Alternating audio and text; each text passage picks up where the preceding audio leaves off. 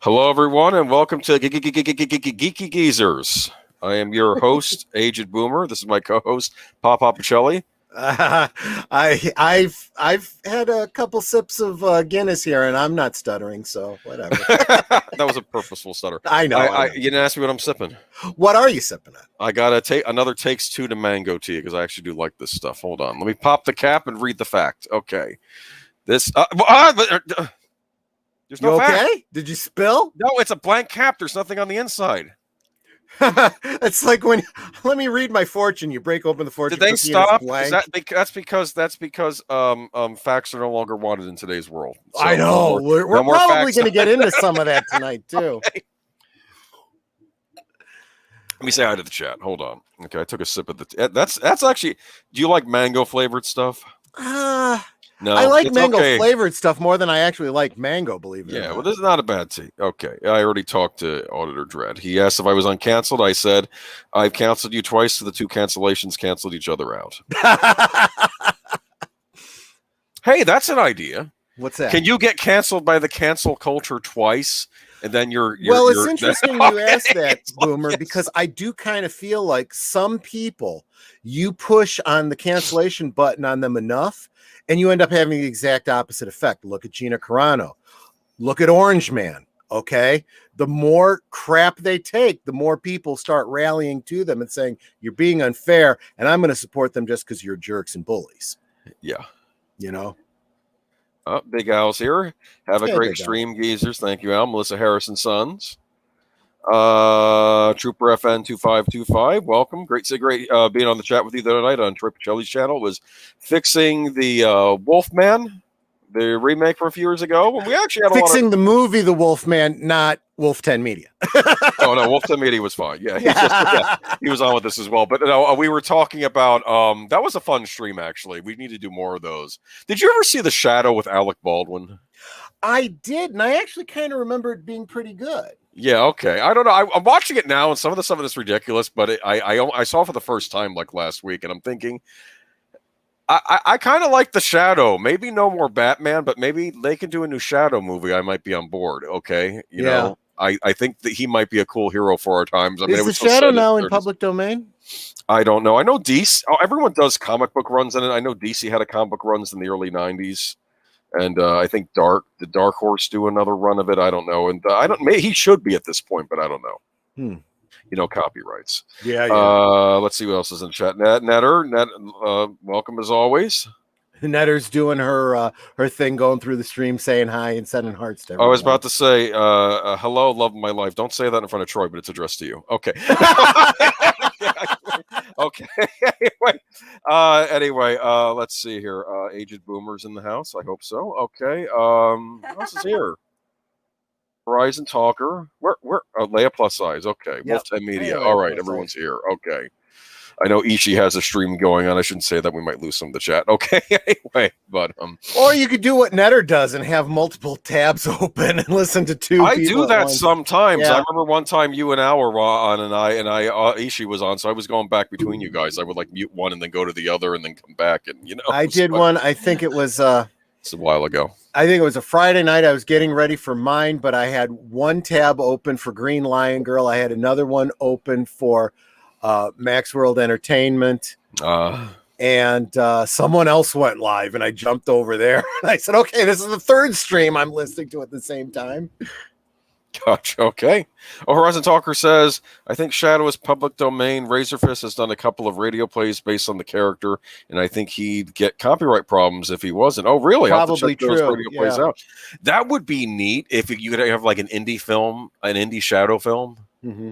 Even if you could just have the character, even if you have, I don't know if the villains are public domain, but you could at least make up villains too. I know this isn't directly related, but there was 1 year I was in Metropolis, Illinois for the Superman celebration, and they had live on stage three actors acting out and reenacting one of the old Superman radio dramas. And they were all dressed in black and white, and they had sepia paint on their faces so that they looked like they were black and white. It was pretty cool. That is neat. Yeah. I'd like to check that out. That'd be a cool thing to do. Like there for actually might be horror video flicks. of it online. I'll have to look All for right. it later. Yeah. Oh, I guess Wolf 10 is on the stream with Ishii. Well, tell Ishii I said hi, and hope he has a great stream tonight. I'll try and check it out later. And he's here too, so you know he's doing both at once. I think that's okay. funny. Oh, I see. Oh, he's listening. I thought he was. Sometimes I think he's guested on there a couple times, but Yeah. okay. But we have a lot of stuff to talk about tonight. Yeah, we do. Anything you want to get off your chest first before we go into good old days?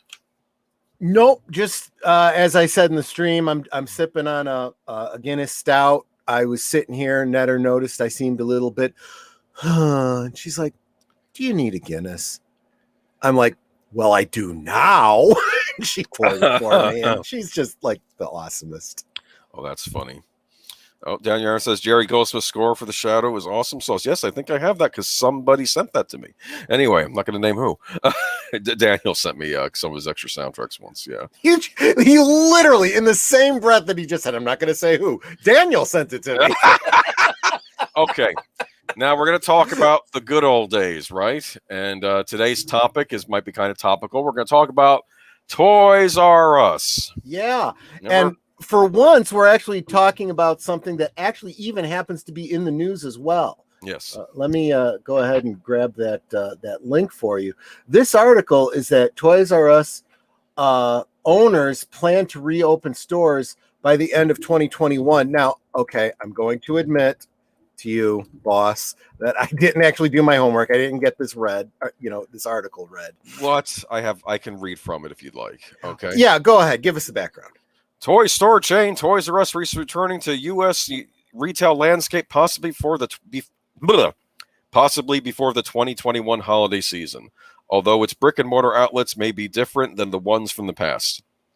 WHP Global, a brand management company, gained Toys R Us, Babies R Us, and mascot Jeffrey the Giraffe with its purchase of the controlling interest in True Kids. CNBC reported. WHP plans to open multiple U.S. outlets, said Chairman and Chief Executive Officer Yehuda Schmidman, excuse me. Okay. But it's interesting. But they're thinking about doing pop-up stores, like stores within stores and shops at airports. But they're saying that there are so many malls that are that will no longer be in the future, so we don't need to be there. But we could be in malls that do have traffic. Yeah, I'm gonna take us back in time in reverse order. Okay, so we were actually supposed to be seeing this happening last year, and I think that I don't know if this was intentional or unintentional. Either way, I think it's going to work out for the best. They didn't open last year, and well, if they had, what good would it have done with everything that happened last year, right? Yeah, that's what Josh was pointing out. Yeah, he's saying he doesn't think it would have survived 2020 anyway. Yeah, exactly. So what they basically did was they sat on the rights that they had and didn't waste their money paying for rent and leases on sites that couldn't get any traffic in them. I think that's very, very wise. Good business decision number one. As we continue back in time, we look at a couple of years back, we know that True went out of business, right? And I was one of the first. Were we streaming at the time, or was I on another person's stream? Probably somebody else's, because the Toys R Us thing happened. Because I do remember saying on a stream, somebody's stream, I kind of knew this was coming. The biggest problem with their brick and mortar store is that they weren't backed up by the internet. If I were to go into my local True and say I was looking for a particular Star Wars action figure, sorry, we don't have it. Those come in on Tuesdays. We don't know what's coming in. And it's like, well, can you tell me if it's at another True that's nearby? No, I'm sorry, I don't have that information. Really? Really, you don't have that information. And I can't just go online and order it from True, like I can right now from Target. If there's a toy that I want from Target and my Target doesn't have it, it will tell me it's at Elgin. And then maybe for a little extra, I can order it from them. True didn't have that set up. And that was a huge part of what killed them. I'm going to just say it. I said it at the time. Customer service goes a long way. It really does. And they didn't have it. And that, I think, in the modern age with internet really killed them. I mean, people are looking at the Amazon model. And unless you start kind of tapping into that kind of business model, you're not going to last. And I think that's what happened to True. And I'm hoping that this new company that's bought them up is going to be considering that. Sounds like they are. First good business move. We see what's happening in the market. We see what's happening with malls. Malls may not be where we want to anchor ourselves and spend a lot of money on real estate that we're not going to get back. Yeah. You did mention this on the stream. It was right after Black Friday. I do remember now. You did bring that up. Yeah. I remember that. But then let's go back to even why we're even talking about True. Take it back to the good old days. Mm-hmm. I remember in the days when I was a kid, and I'm going to get real regional here, guys, so you may not be able to relate to this, but here in my neck of the woods, we had two big toy stores. It was Toys R Us and a place in Oakbrook Terrace, which is a suburb just outside of Chicago, called Dispensa's Castle of Toys. Oh, Dispensa was basically a converted warehouse, but from the front, you'd never guess that because the whole front looked like a big castle. And flanking either side, more than 2 stories on either side, were these toy soldiers. It was really cool. And you go inside, and I remember it being really magical inside. In my mind, it was like FAO Schwartz, but I've since looked at old pictures of it, and it really was just a warehouse inside.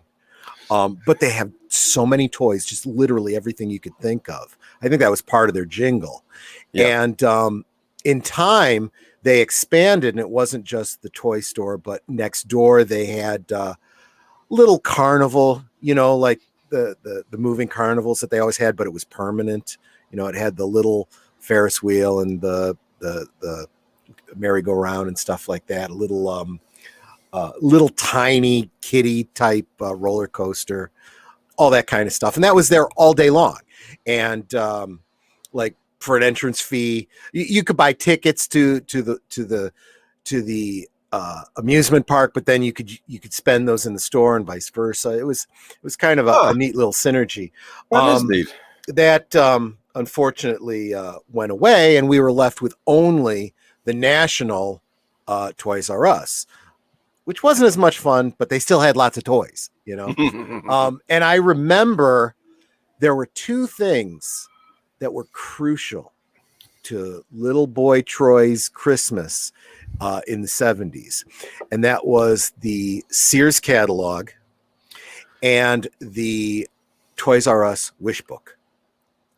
And you'd go through those things and you dog ear the pages and you'd circle all the things that you really, really loved. Mm-hmm. And Sears went out of business. Well, they stopped doing the what do you call it? The mail away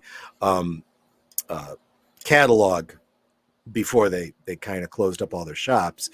So when that went away, all that was left was the Toys R Us wish book. And that was the last remnant of all that, fond memory for young Troy. And by young Troy, I mean, like, had just gotten married in the 90s, but still, holding, I always have. I've turned 50 last month, and, I'm, holding on to that, fondness for those memories. That's why I kind of love this good old days segment on your show. But, yeah, just sharing that I was kind of devastated when I even looked forward to the commercials for Toys R Us. They were funny. We remember the old jingle. Remember, I don't want to grow up. I'm a Toys R Us kid. That was oh gosh, that even goes back to my college days. Before that, it was there was another jingle before that. Oh, I've had too much Guinness. I can't remember, but that's okay. I love that. I look forward to those commercials. And wasn't it Toys R Us that was even doing the commercials for the promotion of The Force Awakens? Wasn't it them that did the commercial with the brother and sister? I think so. I know there was something to do with them, and the people were complaining about, I think, the toy launch for Last Jedi when that happened, or was it? there was some toy, or maybe it was a toy launch following Last Jedi, like something went that wrong. was part of Yeah, it. The whole toy launch for and this isn't Toys R Us's fault. No, it wasn't their fault. This was definitely Hasbro and Hasbro actually being a victim of the whole situation with Lucasfilm, but it did directly affect Toys R Us. A lot of people look at it as like a nail in the coffin. For Toys R Us, the failure of that particular toy brand at that exact time in that exact year. But yeah, there's not much that I can look at about The Force Awakens that I look at with fondness, but the commercials that Toys R Us did, I do. That captured that love for Star Wars. I think that's exactly what Disney wanted. Heaven forbid Lucasfilm sure as hell didn't, but everybody else did. Yeah. You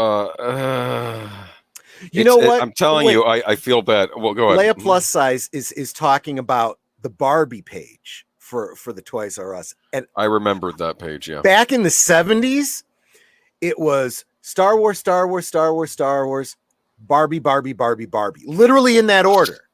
You know, you had a number of pages dedicated to Star Wars, then you had a number of them dedicated to Barbie. Then it went into Mego and G.I. Joe. Lego had its own aisle, remember that? Yep. And then they had the video game aisle as well. You'd have all the different consoles, different sections. That was another problem that I had with the later days of Toys R Us, because I would go in and ask questions about the games, and I expected that the people that worked in the game section kind of knew the games. They had no idea. If you didn't go in knowing exactly what you wanted, they couldn't help you. And I'm like, well, I'm a goof that doesn't know this stuff, so I guess it's not for me. And then you didn't buy your PlayStation or your Nintendo 64 or something. Yeah, exactly. But let's see though. What else did I want to mention? Joshua V brought up the Toys R Us in Times Square. There's a whole video on YouTube. I highly recommend someone look into. I used to go to that one when I was interning in New York City. Sometimes I went there a few times, like on the way home. Was it as magical as it looked? It's interesting. Now I'm pretty sure this is the one in Manhattan, right? This is the one with multiple levels.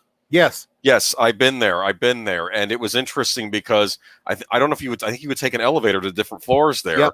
And out of the video game section was on a later floor. I got Quake 2 there for the Nintendo 64 for $19.99. I was looking back, that was a big bargain considering how good that game was. You know the game Quake. Quake was a good game. Absolutely. That's where my I boomer wouldn't name expect you to be saying that, because I would expect you to say all the prices were a little higher because it was a boutique shop in Manhattan, high rents and stuff like that. Nope. They had a lot of and this video, because again, I've never been there myself. All I know about is from the video I saw on YouTube, and it looks like they did a lot of great.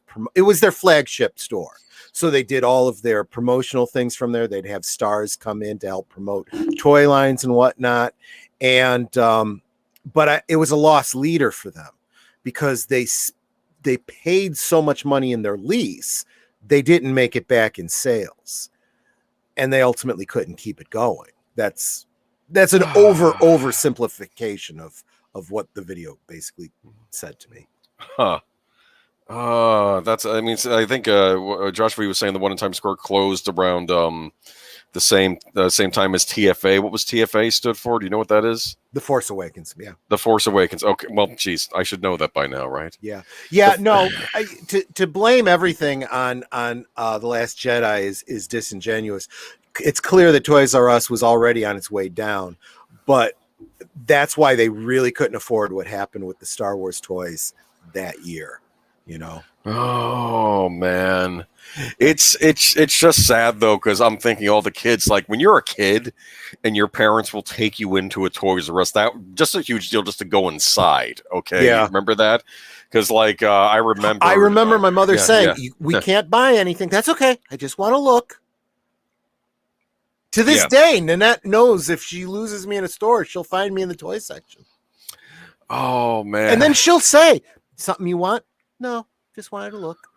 It's funny because it's funny. I can almost track my childhood with Toys R Us, because you start out as a kid, you're looking at like the stuffed animals and the fun toys, and you get a little bit older and what you're wanting, like the Star Wars figures or the Universal Monsters figures, and then you move on to Legos because you're constructing the sets of model kits, and then you move on to video games. But it's all in the same store. If you want a bike, a bicycle, or anything, it's all in this. You can almost track someone's whole childhood through a Toys R Us, and it's through the teenage years. I do want to speak to one comment.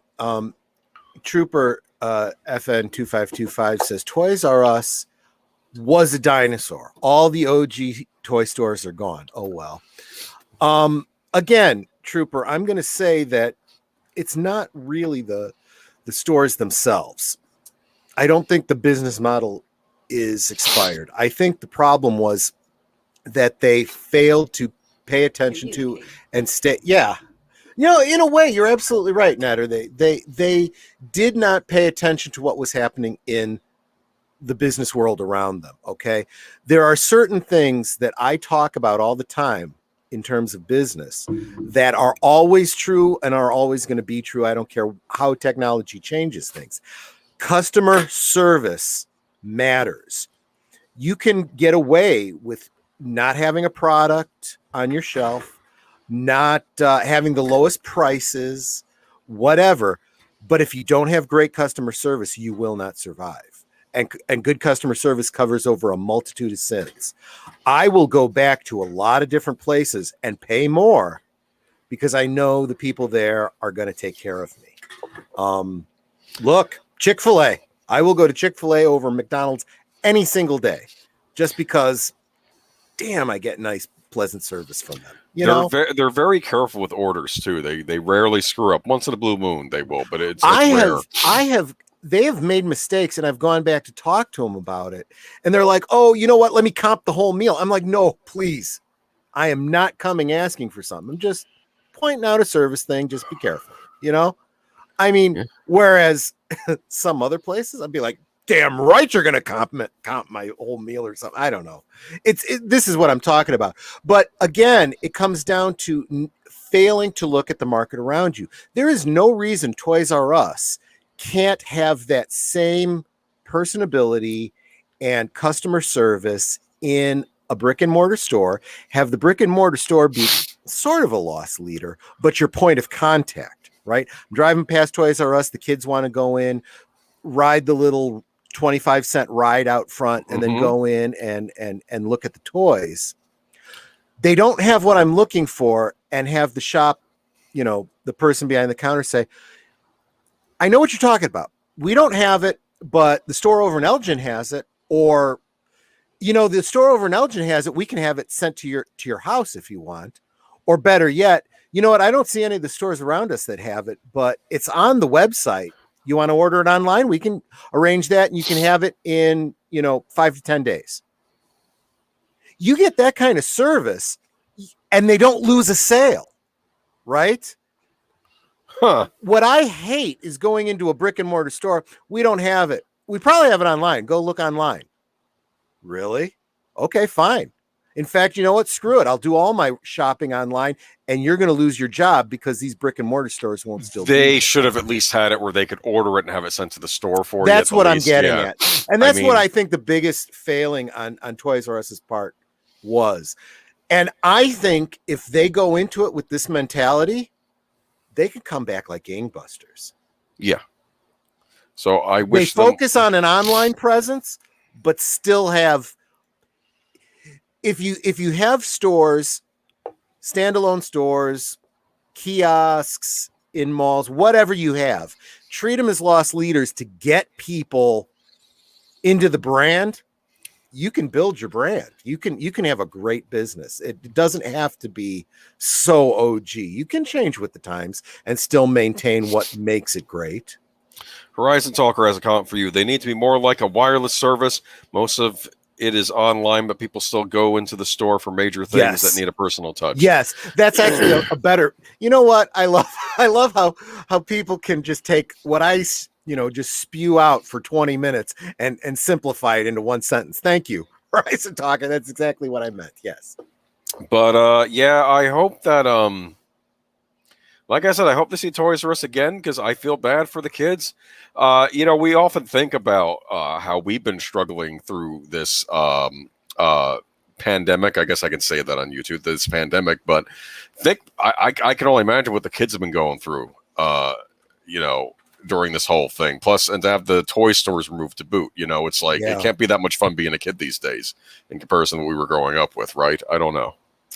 Yeah, and I've had this conversation with Matthew Flynn when we've been talking about things like Transformers and whatnot. I used to come at some of these toys not knowing all the lore and watching the cartoons and everything. I had a whole imagination of what my story was with these toys.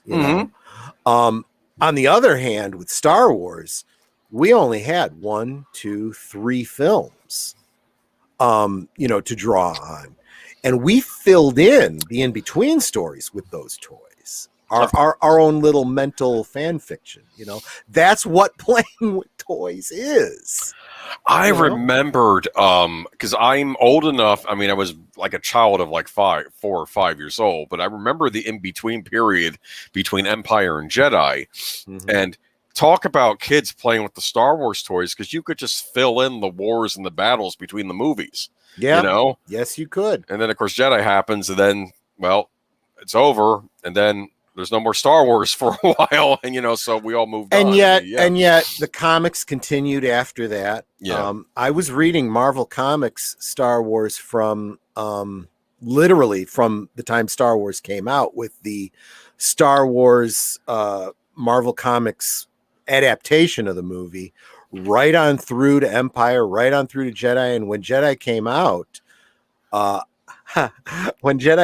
I got the magazine-sized, comic book adaptation, and I'd actually read the ending of it. I'd read it before I went to see the movie. So, interesting. Spoiler. And I could simply because, spoiler, but I just couldn't wait. I needed to know, was Darth Vader really Luke's father?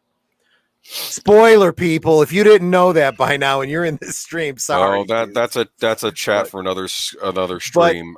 People dissatisfied over the ending of Jedi. But after Return of the Jedi, I was like, Star Wars the Pacelli cut. Yeah, kind of. And I kind of young 1980s Troy could kind of relate to Professor Geek and his fanaticism about the EU. To me, that was the canon in between, and that became part of my toy play and so forth. And I was surprised when I went back to my comic book store and they had another issue of Star Wars, and it takes place literally the day after the Ewok celebration. And I'm like, oh, the story continues, So. Oh, look, Brian Gilmartin says, I remember when I used to pit a figure of Dr. Octopus against one of the Kimberly, the Pink Power Ranger. Okay. I could kind of see that. Sure. I used to use, I had the Star Wars Droid Torture playset from Return of the Jedi, and I used to use that with my Universal Monsters later on, because I could kind of see that. They didn't have a playset, unfortunately. So I could kind of see that. The sad thing was, now I'm not positive which specific action figures you mean, Brian Gilmartin, but the Dr. Octopus that I know was the Secret Powers figure, which was basically like a 4-inch, 3 3/4-inch scale. And the Power Rangers were like almost, 5-6 inches. I suspect it was probably the ones based on the Spider-Man cartoon from the 90s before the Maguire movie hit theaters. You remember the one from the 90s, the Spider-Man cartoon was on Fox? I do. I just don't remember the toys from that That's era. what I'm suspecting. I could be wrong, though. Yeah. So they were closer to being in scale. I just remember the Power Ranger figures being not that great, to be honest with you. You when you're a kid, you want the figure based on your favorite show, and then you bring it home and you realize, this ain't that great. I remember my stepkids, my stepson mostly, being very into the Power Rangers, and I pushed him more towards the role-playing toys than the figures, just because I thought the figures looked so awful. And he was like, oh yeah, putting on the glove and wearing the Zord and the mask, I can get behind that. I'm like, okay, cool. There you go. There you go. Okay. And those look neater. I see commercials for those, so that was kind of neat. I always had to play the bad guy, though. Of course. Which kind of fits for the stepdad, I suppose. Oh. PaPa Pacelli. Is that where your name comes from? Actually, no. PaPa Pacelli comes from somebody in the stream. Okay. And it just kind of stuck. I don't remember who exactly. I think it was Wolfie. Okay. Yeah, it might have been Wolfie. Yeah. Okay. But yeah, so I'm hoping Toys R Us comes back. I might be able to stop in there again. I'm telling you, I will. I will, just to support them. Look, as Max World Entertainment always says, and if you don't subscribe to Max World Entertainment, he's very much a friend of mine and a friend of my channel and a friend of the Aged Boomer channel, right, and the extended community. Go subscribe to him. He's real big on fan films, very supportive. As Mac World's Entertainment always says, you know, instead of bashing what you hate, support what you love. Personally, I slightly disagree with him. I think you should do both. But support what you love, or you're not doing any good in the world. Maxwell Entertainment is awesome. Okay. Yeah, Netta really likes him. We actually became members and contribbe to him on a regular basis. Cool. But anyway, so yeah, the Toys R Us. I will go and buy a toy, maybe even a toy I don't want, just to support them whenever they finally do open. Oh, I did want to read the last part of this article, though. Although Toys R Us and Babies R Us is no longer in the United States, it has nearly 1,000 branded locations in Africa, Asia, Australia, the Middle East, and Europe in more than 25 nations. So why are we the ones getting punished? Never mind. Well, to be honest with you, I think it goes back to the whole CV thing that we were talking about. I think they've held off on reopening those stores specifically for that reason. Okay. That's why they're coming back in 2021. I'm all for that. All right. Now, did you try posting the link earlier to that story? Because I didn't see it in the chat. I thought I did. Let me do it again. Well, try posting the next one. Okay. Why don't we do that? Let me get the Toys R Us one because that's the one I feel the most positive about, to be honest. Oh, I see. Well, this next one's not positive. Are we going to the sad one? We're going to the sad one next. Yeah. Damn it. Okay. I know. But, it's... But I think it needs to be talked about. It's a celebration of his life, though. Amen. About that. Amen. Okay. And no, it did pop up. Okay, there's a Toys R Us. Okay. So next up, I will go. I can post this one. Sad news. Yaphet Kotto, the actor, has passed away at 81. Okay. If you don't know that name, you know him from Alien. Yep. And you know him from James Bond. At least. Yes. He was also G on Homicide: Life on the Street, a great police drama from the 90s. I do highly recommend that show if you've never seen it, except for the not the final episode, the stupid movie they made a year later that skipped that. But everything else on the show is good. I highly recommend it. Okay. Yeah. It was a good police drama, and he played I think the police chief on that show. And he was the Bond villain in Live and Let Die. In fact, I'll read you a little bit from this article, okay? Yaphet Kotto, an actor known for his performance in Alien, the James Bond film Live and Let Die, and the television series Homicide: Life on the Street, has died. And his agent Ryan Goldhar confirmed to Variety he was 81. Kotto's wife, Tessie Sinahan, first posted about Kotto's death on Facebook Monday night. I'm saddened and still shocked at the passing of my husband, Yaphet, of 24 years. He died last night around 10:30 p.m. Philippine time, she wrote. You played a villain on some of your movies, but for me, you're a real hero, and to a lot of people also. A good man, a good father, a good husband, and a decent human being. Very rare to find. One of the best actors in Hollywood, a legend. Rest in peace, honey. I'm going to miss you every day. My best friend, my rock. Yeah. In fact, it's funny she says that because, I didn't think immediately of the villain character he played. I thought of, Alien, so. Yeah, I also think he was in The Running Man. Remember The Running Man? Oh, yeah, that's right. That's right. He was on there with Arnold, and I would go so far as to say, and personally, when I say this, I consider it a compliment. I think of him as a character actor. Yes, I hold character actors in very high regards. Well, because they're the ones that you almost forget are actors, right? Yeah, you see them as the characters. They can play multitudes of different characters on screen too, and you see them in so many things, and you never think, "Hey, that's that guy." You just, oh yeah, that's right. I recognize him. That's a good actor that makes you forget that they're acting. Which actor in Alien did he play? We're going to get to that in a minute because Sigourney Weaver. Yeah, I dropped paid that tribute to him. link Oh, you too. did? Okay, great. Yeah. Sigourney Weaver paid tribute to her Alien co-star Yaphet Kotto on Wednesday, recalling the late actor's intensity when the two were making the iconic 1979 sci-fi thriller. Every day, Yaphet Kotto blew me away on the set of Alien, Weaver wrote in a short statement. Yeah. He just went for it in every scene, making the stakes higher and higher and giving each scene a terrifying reality. It was a nonstop masterclass for me, and I will always be grateful to him. Weaver ended her remembrance with the sign-off, "Rest in peace, Parker. Over and out, Ripley." Oh, gosh. Nice send-up. I appreciate that. That's a class act. I'm glad she did that. And, yeah. No, I mean he had a good career though. I'll say this: you'll see him in lots of movies, and he had a major role in Homicide: Life on the Street. I do recommend that show. You know, where he was the one all the detectives had to answer to, basically. You know? Yeah.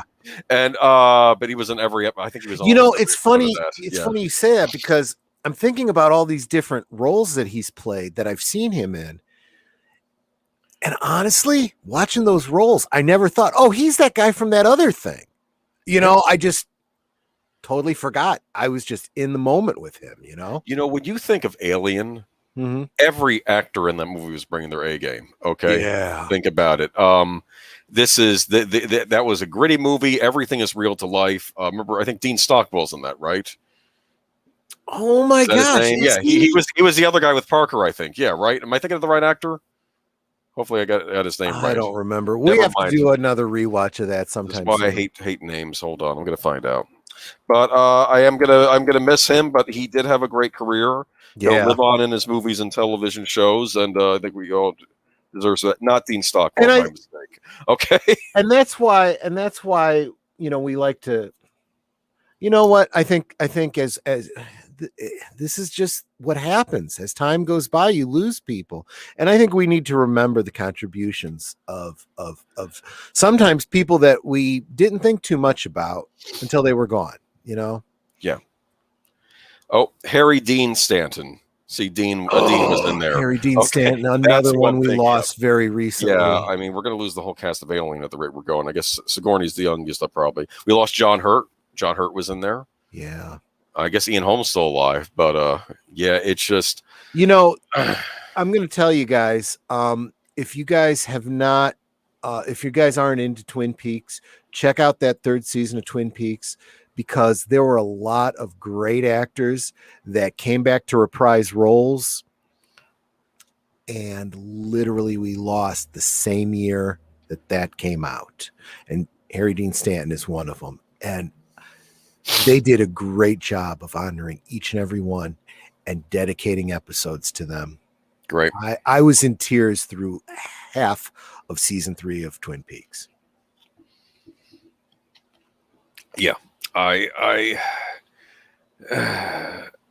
season 3. Yes. Yeah. Sorry. Okay. Sorry. I got the Twin that, Peaks that recent, that yes, recent that's what you're talking. Okay, I was going to say, yeah. I thought you were talking about the older season. I'm like, wait a minute. Okay, no, okay, yes. Yeah, because he wasn't in the actual series. He was in Fire Walk with Me, but he reprised his role. And cool. Yeah. David Lynch made sure that every single actor that he could get came back, and some of them just needed work, and I was so glad that he brought him back. You know. Yeah. And I was happy because he brought back. He didn't bring Lara Flynn Boyle back, but then again, that's confusing since she. Well, that was her choice. Yeah. Oh, really? I didn't realize that. Okay. Yeah, there's some behind the scenes stuff. That's for a different stream, but yeah. Okay. Maybe one Friday I'll dedicate to Twin Peaks just for the heck of it. Just talk about Twin Peaks, yeah. And how it's a mind something, which I can't mention on the stream. Okay. Yeah. But anyway. Okay. But moving on. Rest in peace, Yaphet Kotto. Yeah. That's all I have to say. And we will continue to watch your movies again and again. You are an alien, and that's a legend, and you added a lot to that movie. So yeah, everyone did, but yeah, especially you. Okay. So now we're gonna go on to the Forbes article. Guys, I know people have said this, and I I don't think people have given it enough thought. This Forbes article is huge. Now, I understand that the link that I just dropped, if you don't subscribe to Forbes, you probably can't read it, but I always like to post primary sources. We'll talk more about primary sources later on. I mean, it's like a page long, but if you'd like, I can read the entire op-ed. What do you think? I think it's so important. I think it's worth doing, Aged Boomer. Go ahead. Okay. All right. Okay, this is by Gene Del Vecchio. Okay. I've been sitting on this article for a while, allowing my opinion to form. That's something that many companies don't do enough of these days.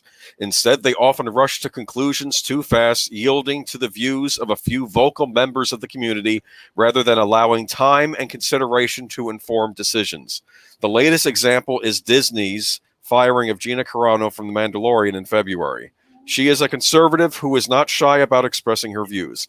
The latest being a comment that compared conservatives being silenced and canceled today to Jews being targeted during the Holocaust. An exaggerated comparison? Yes. But enough to fire her? Doubtful.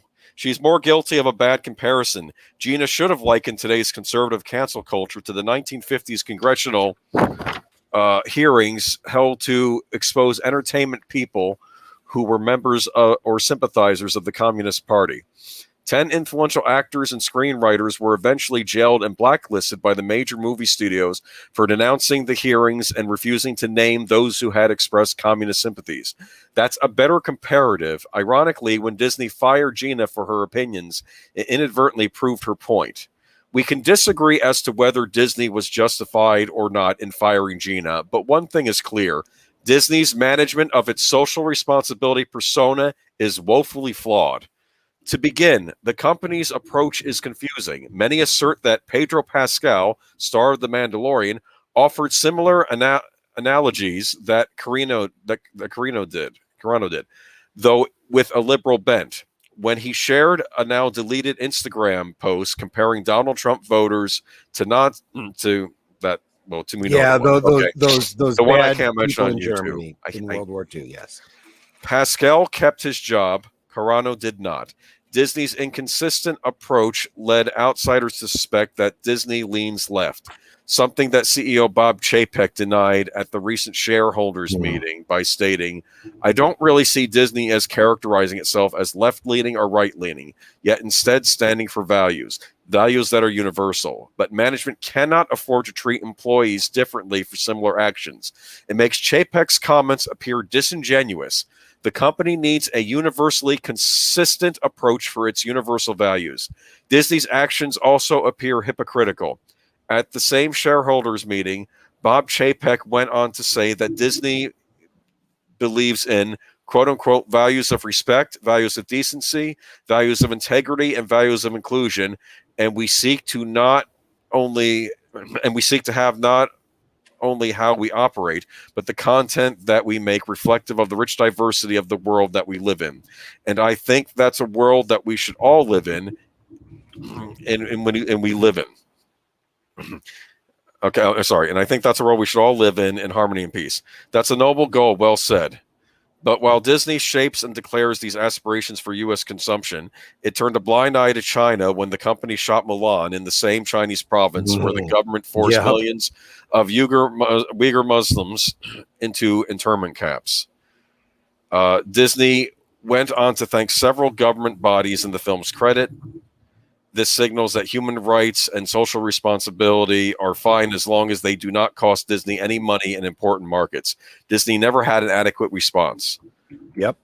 Disney's approach is dangerous. Canceling people for their views is a proverbial slippery slope.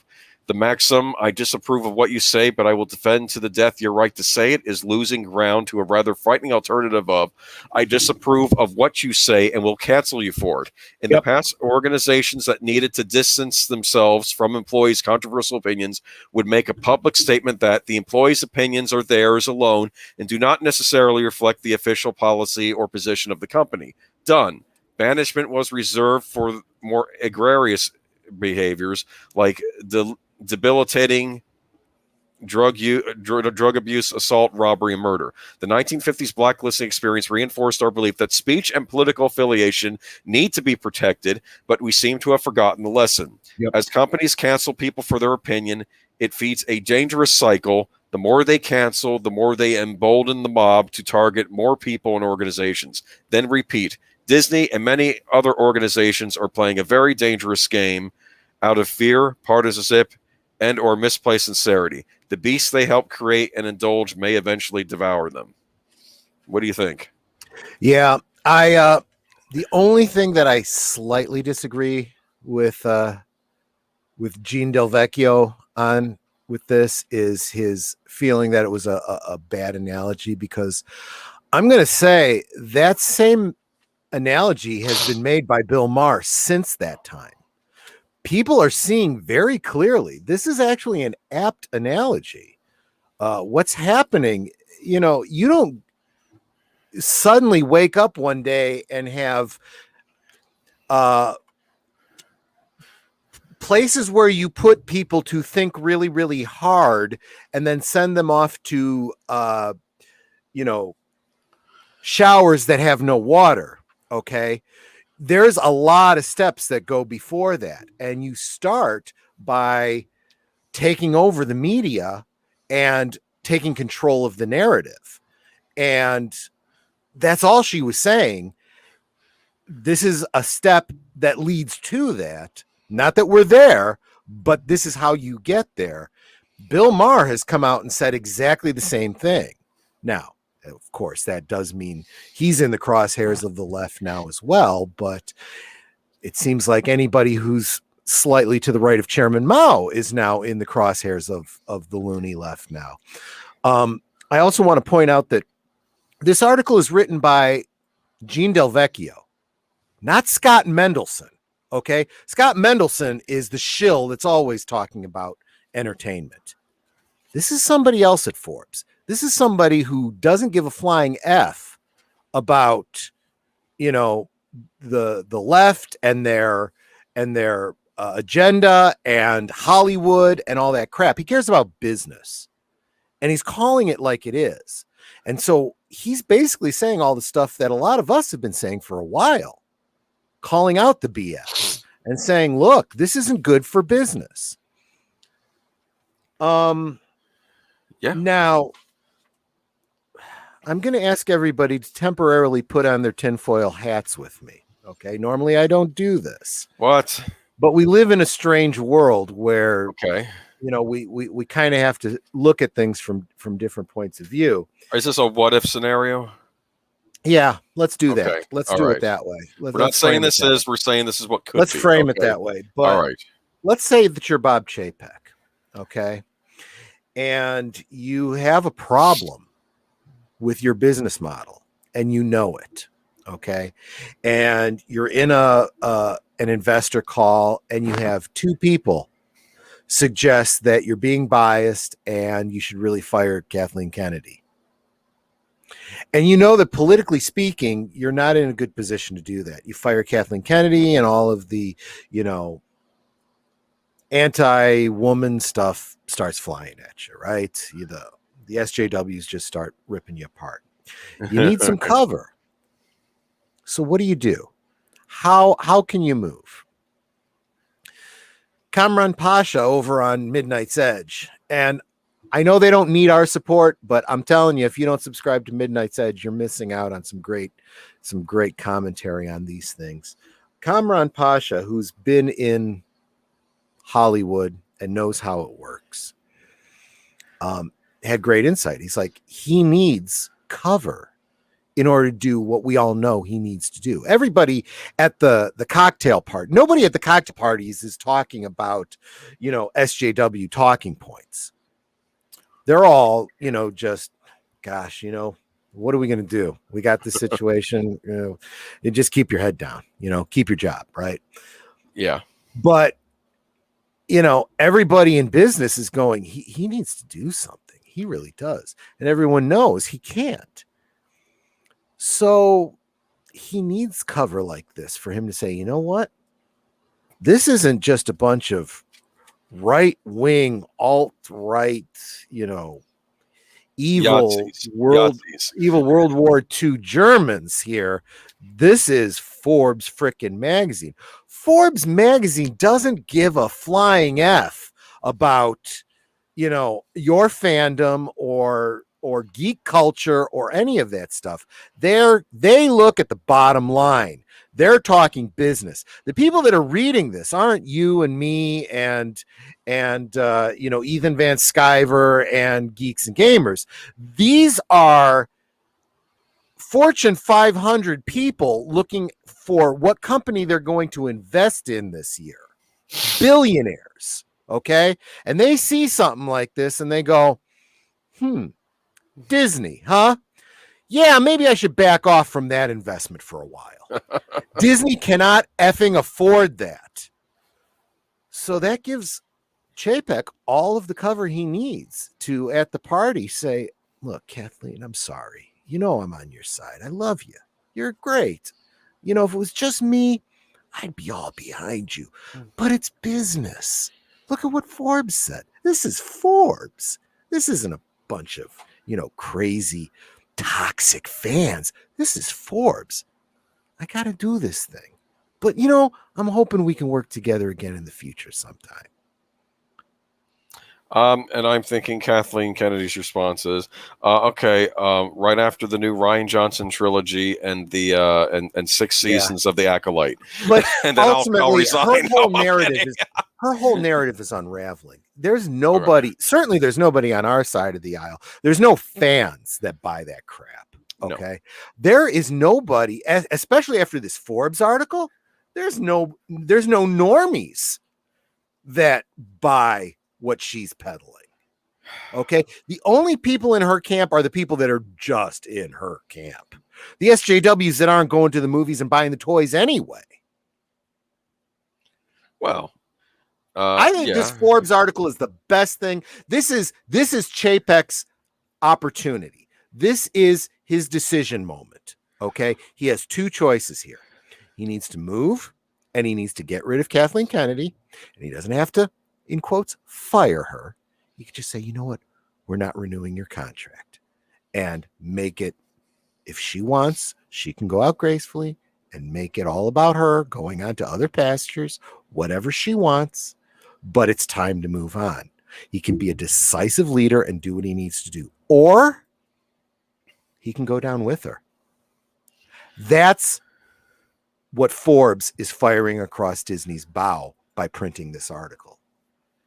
Maybe, but now your theory could be that maybe Chapek could be somewhat using this, or not. Were you saying he could even be behind this whole thing? Well, yeah. I mean, I've heard that tinfoil hat theory that maybe he called somebody over at Forbes. It could be that somebody else within Disney or somebody else that is could trying be to sabotage somebody else too. Or it could just be some guy at Forbes writing an article just speaking You're absolutely truth right. to power. Occam's razor says, you know what? It's really just Gene Del Vecchio calling it like he sees it. I'll be honest with you. I'd love to say that's the case. I'd like to believe that there's actually people in the world just speaking the truth in journalism for truth's sake. Yeah. Yes. But maybe I'm just so black-pilled. I find it easier speaking the truth instead of their truth, right? Exactly. Because this is sort of where we are these days. We'll get to that later on tonight. Yeah. I saw an article. I think it was what was it? Is Prince Harry and Meghan Merkel? Oh, they stand behind their truth, and I'm thinking, no. There's not. It's not his truth. As soon as you say your truth, their truth, whose ever truth, you don't understand how truth works. You're a dumbass. The truth exists irrespective of your belief in it. Yeah. Oh, look, Trooper FN 252. Chapek will hide under the sheets, but it's also signals investors to avoid Disney. Yeah, stocks. That's a big deal. That is, I mean, we've all talked about, cancel Disney Plus and so on and so forth. And again, just like I'm gonna hold up Matt's World Entertainment again, support the things you love, because if you're not supporting the things you love, they don't get the message. Okay. If you just, withhold your money from everything you hate, they don't know when they do good. Okay, you can beat a dog all you want. They're not going to learn to fetch the ball. Okay, you need to say good boy when he brings you the ball back. And you could also otherwise he just thinks he's horrible and just quits and just lies in a corner and dies. Now, in the old days, we used to have this thing called competition, where Star Wars is in the doldrums, but Star Trek is really kicking butt. So I'm going to go over to Star Trek, or maybe Star Trek's kind of in the doldrums, but now Doctor Who is awesome, so I'm going to watch that. Trouble is, everything is. I mean, this is why. I don't know, man. I think anime is really the way to go. Everything I'm hearing, all the articles you're sending me, a lot of things that people are saying, in the community is I should get over and start checking out some anime because, that seems to be where the good stories are now, because so far they've been untouched by all this crap. There can be. So far they've been untouched. We'll see what happens in the future. But speaking of things that we want to remain untouched, and speaking of things that maybe we want to support or not support, depending on how things turn out. Going back to Aliens? Disney, yes, we're going back to Alien again. Well, not that Yaphet Kotto could reprise his role since he died horribly in the first one. And this is a very long email address. It's on Pirates and Princesses, okay? Yeah. All right. Dude, you guys really should be following Pirates and Princesses. Yeah. If you care about this Disney news and stuff, check out Pirates and Princesses. They have some inside scoops. In fact, they're the ones I think 5 times out of 10, your other channels that are talking about inside sources, they're getting it from Pirates and Princesses, I think. Okay. This is funny. Disney has allegedly decided to try their white-gloved hands at yet another intellectual property they've acquired. This time they're going to try and turn Alien into their big mega franchise, according to the website Small Screen. We already knew they were going to try to make a new series with Noah Hawley because they mentioned it during the Disney Investor Day. We are also hearing that Ridley Scott is back into executive produce Alien projects. That may not be a good thing. Okay. Now, according to the Small Screen, their sources are telling them that Disney wants to make Aliens their next big thing, with shows and movies for Disney Plus, Star overseas, and Hulu in the United States. They are hearing it referred to as a quote-unquote mega franchise in Alien Cinematic Universe, the ACU, if you will. So another big IP that they purchased could be resurrected. Hopefully it goes better than the Disney sequel trilogy did. I guess they're referring to Star Wars. Okay. Here's what Small Screen says they were told by sources. I'll be real quick. Disney is currently planning out movies and more TV shows based around the Alien property. They are looking at that's what we just heard for Disney Plus and Hulu. Okay, it'd be on Hulu, but apparently they are going to go for the full R rating on these, like they plan to do with Deadpool 3. Hallelujah.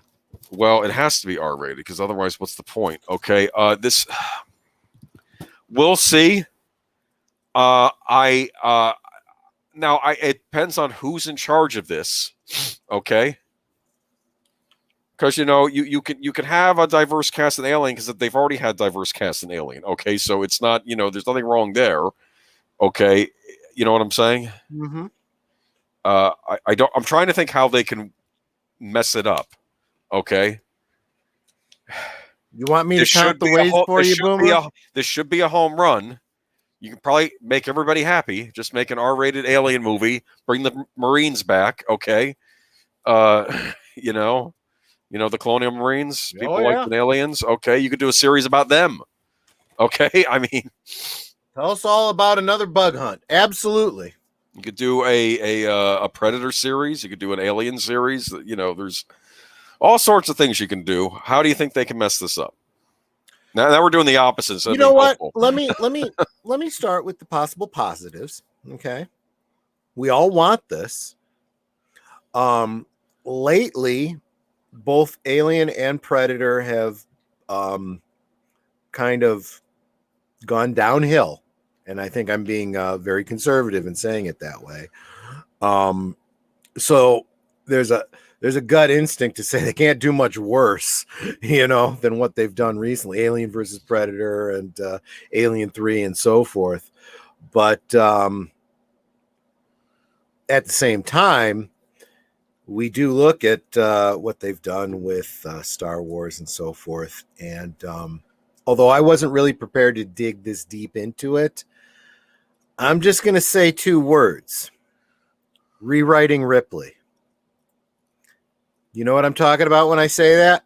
So there's a new site that came out in January called Rewriting Ripley. I think that's what it's called.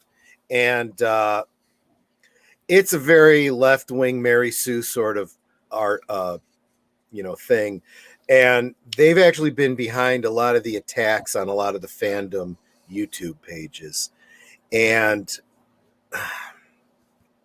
they're followed by a bunch of Lucasfilm devotees and insiders. And it's like, how do they even know about this site all of a sudden that just started in January? So again, tinfoil hat stuff, but there's a lot of stuff that just doesn't make a lot of sense. Okay. I think I'm not saying this is Kathleen Kennedy, but people like Kathleen Kennedy are already in the alien camp over there at Disney, I believe. Just saying. Oh man, I had an idea.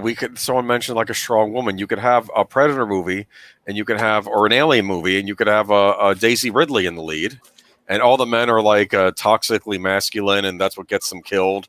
Dude, and just calling your smart webpage, Rewriting Ripley. This is the strong female character that we always talk about, and they want to undermine her. They're doing the same thing they did to fucking Gina Carano. We don't like your strong female. You need to love our strong female. We're going to rewrite Ripley. Maybe the aliens aren't so bad, and maybe we just misunderstood them. Hey, the alien queen is now a Disney princess, for okay. I want to be part of your world and eat your face off. Yeah, well, I mean, this is, I don't. Yeah, but here's the deal. Yes, some for gender race swap. You can just have a new character in the Alien universe. That's what you can do. You don't have to change an existing character. I wouldn't expect Ripley to. I think her story's done anyway. It's whatever will upset the. They want to erase the past. That's what it is. That's what I mean. We'll see. I'm jumping at conclusions. Yeah, I'm jumping at conclusions. They're going to leave this alone, even though even under Fox they didn't leave it alone and they messed it up with Alien 3, Alien Resurrection, which I didn't hate as much as 3. Believe it or not, 3 I did not like at all. I really tried. Mm-hmm. I always thought the Super Nintendo game based on Alien 3 was funny because in Alien 3 she has like no weapons, and they gave it to the game designers and they said, she's having weapons in our game. Okay. We're not going to be able to sell this without her being able to show off a machine gun at tons of xenomorphs. Come on. Yep. Oh, I don't like Disney having Alien. I don't like Disney. You could have stopped right there. I don't like this. I mean, they're doing Deadpool 3. I don't know how that's going to turn out. Trooper, they're not going to do a gender swap because she's already female. If they're going to do anything with their gender, it's going to be like some sort of a trans sort of thing. But yeah, I could totally see a race swap. But again, you can just have new characters and they can be whatever you want them to be. No, you can't. You got to destroy the past. Kill it if you have to. There's no reason this has to be messed up. Yes, there is, because they need to undermine every narrative that doesn't directly support what they are trying to get across. Remember Vasquez? Just saying. We all loved Vasquez, even though she wasn't typical female movies. I thought she was kind of hot. Yeah, I loved all the characters in Aliens. I liked Alien as well, different kinds of movies. I even wanted to like parts of Alien Resurrection. There were problems. I still haven't seen Covenant because I guess Prometheus kind of burned me, but I don't know. So way back when, WizKids, that the company that does the hero clicks, they did a horror clicks, and they had an expansion pack for Alien versus Predator, and I got all those. And I'll tell you, it's cool. A lot of fun to play combat games between aliens and predators, trying to kill or save, colonial marines and other civilians and so forth. Yeah. I mean, I got a game for my Nintendo DS made by this independent company, and you're playing Colonial Marines, and the idea behind the game is you're playing as a Marine, that Marine dies, and you just become another Marine, and that gets sent into battle. You understand? Yeah, That's how you get your unlimited people, and like eventually you run out of guys. But that was yeah. And it starts out if you're on a ship from Wayland Industries, and you're fighting like androids on it. You understand? Oh, Before you even get into the alien, and there's a lot you can do in the alien universe and have fun. Yeah, with there is. Nice, it doesn't nice, all gritty. have to be about the alien. There's other things going on, especially if you tie in the connection to things like Blade Runner. Yeah. Well, yeah. That's been implied. I know it's been implied. Please leave Blade Runner alone. I know. I feel like and people argue with me about 2049, but I feel like Blade Runner got its sequel and it's not going to get another one, and it kind of sailed out into the sunset. Of course, Villeneuve said if he did make another one, it would be more of a noir type movie. He said it would be more like a mystery type thing, like a noir mystery type movie. But anyway, I don't know. I don't. I don't know. I don't think this is gonna. Let's move on. I don't want to talk about this anymore. We'll find out more news. Depressed. Okay, I'll find out more news. This was a dud. Okay, let's not talk about this anymore. I don't like Disney having this. Why couldn't Universal Studios get Aliens? Okay, of course, who knows how they're doing these days. I'm sorry. I'm in a good mood. No, you're not. I'm sorry. It doesn't sound like I'm fine. I'm fine. I don't care about what small. We're moving on, okay? Yeah. Disney parks to reopen. Do you feel like you want to scream? Is that what you're saying? Well, Boomer? this brings us to our next article, okay? Because screaming is not allowed at Disney parks anymore, okay? Right? Okay. I'll read you from this article. Okay, Disney parks to reopen, but no screaming, please. Okay. Now, I don't know if that's the parks or if that's a government of California mandate. Okay, but let me read from the article. Disney has announced plans to reopen its 2 theme parks in California next month, but new rules mean visitors will still feel the impact of pandemic. The firm will limit attendance, require masks for those aged 2 and above, and have temperature screenings at some locations. And an industry trade group has advised against potentially risky activities like screaming on rides. The California parks have been shut for more than a year. State officials lifted restrictions earlier this month, citing failing cases, although they kept the in places. Okay, whatever. Okay, but activities like shouting and singing by modifying seating on rides encourage masks and other measures. Okay, so you're not allowed to shout or sing or laugh or have fun and other things. So, you going to go to Disney in California anytime soon? Okay. Never. I will never. Heck, I don't ever even want to go back to that damn state, to be honest with you. Okay. Well, anyways, sometimes you laugh out loud, or you or scream on a roller coaster. It's perfectly normal. You're there to have fun. That's kind of the point of going to a theme park, right? But I guess not in California. We have anything left to say on this? This a dud. All I'm going to say is this. I mean, this is kind of like, you remember when you were in school and the bully would, pull his hands up and you'd flinch and then he'd punch you in the arm because you flinched. It's like, you're a dumbass. I mean, it's a reflex, right?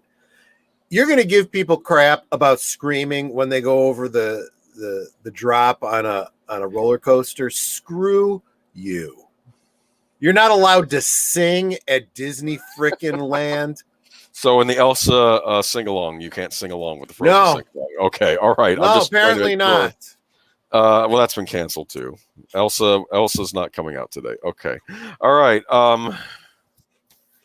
Okay. On to how you feeling, Troy? You feeling I'm chipper? glad we're getting off of Disney because Disney is just. Well, Disney. now we're getting off to the big story of the night. Okay. The Zack Snyder on Geeks and Gamers thing. Yeah. All right. Do you want to preface this or should I? So I'm guessing that most people in our community at this point kind of have heard of the whole dust up, but let me just recap for you. Okay. A couple nights back, Geeks and Gamers on one of their members' channels, Uche, I forget his last name, used to be a NFL player, was doing a charity event for trying to raise money in conjunction with the whole Snyder Cut release. Okay. Now, as you all recall, Zack Snyder had to leave his Justice League project for personal reasons. His daughter self-deleted. And so that's obviously a charity that means a great deal to him. So in honor of that, and in honor of this, what they consider to be a win for the fan community, the release of the Snyder Cut, they were going to do a live stream to raise money for a self-deletion charity, right? Ended up raising over $100,000 for that charity. It's a worthwhile cause. I want to stop right there for a moment. Full stop. These people raised $100,000 for an awesome, worthy cause. Okay? Now, big news of the night, big surprise for everybody, is they were doing their live stream, bringing in, different people to talk, and how call-ins and fundraisers work. All of a sudden, Uche says, "I want to introduce a special guest tonight, guest of the hour, Mr. Zack Snyder." Mr. Zack Snyder comes into the stream. That's a big get. Okay, that's a big deal. Yeah. First thing Zack Snyder says is, I am not affiliated with Geeks and Gamers. There's no connection there, and as a parent of, and I'm paraphrasing. Yeah. And I think it's important that we kind of get to the heart of what he's saying more than what he actually said. Okay, because therein lies the problem.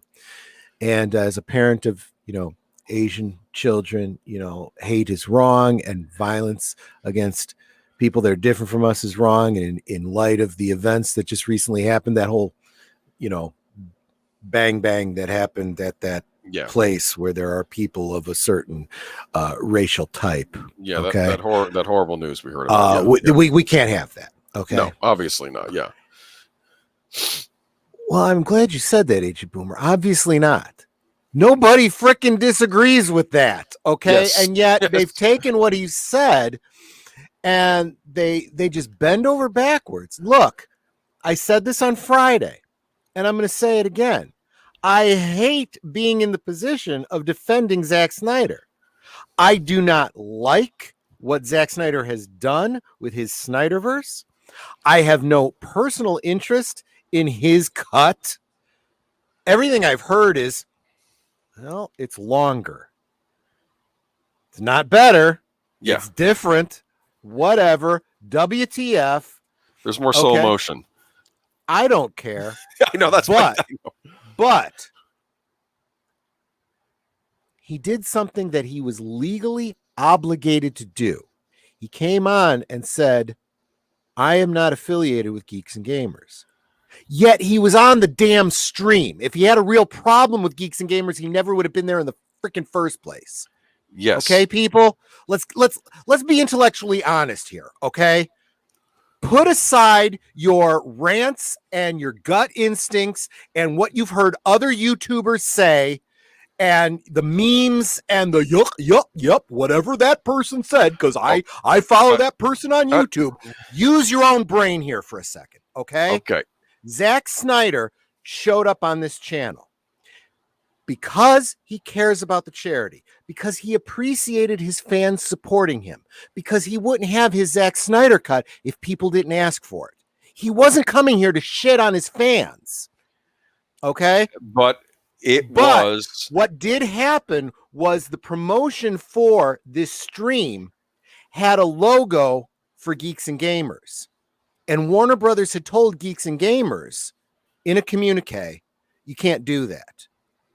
we want there to be distance here. We'll allow you to host this thing, but you can't put your logo on it.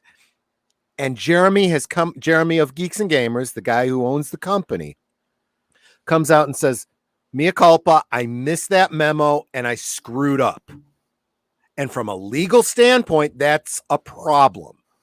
So the representative for Warner Brothers, who in this case was Zack Snyder, had to make a comment for legal reasons. Now, I joke sometimes on this channel, the opinions of Troy Pacelli do not directly are not directly represented by Aged Boomer and his channel.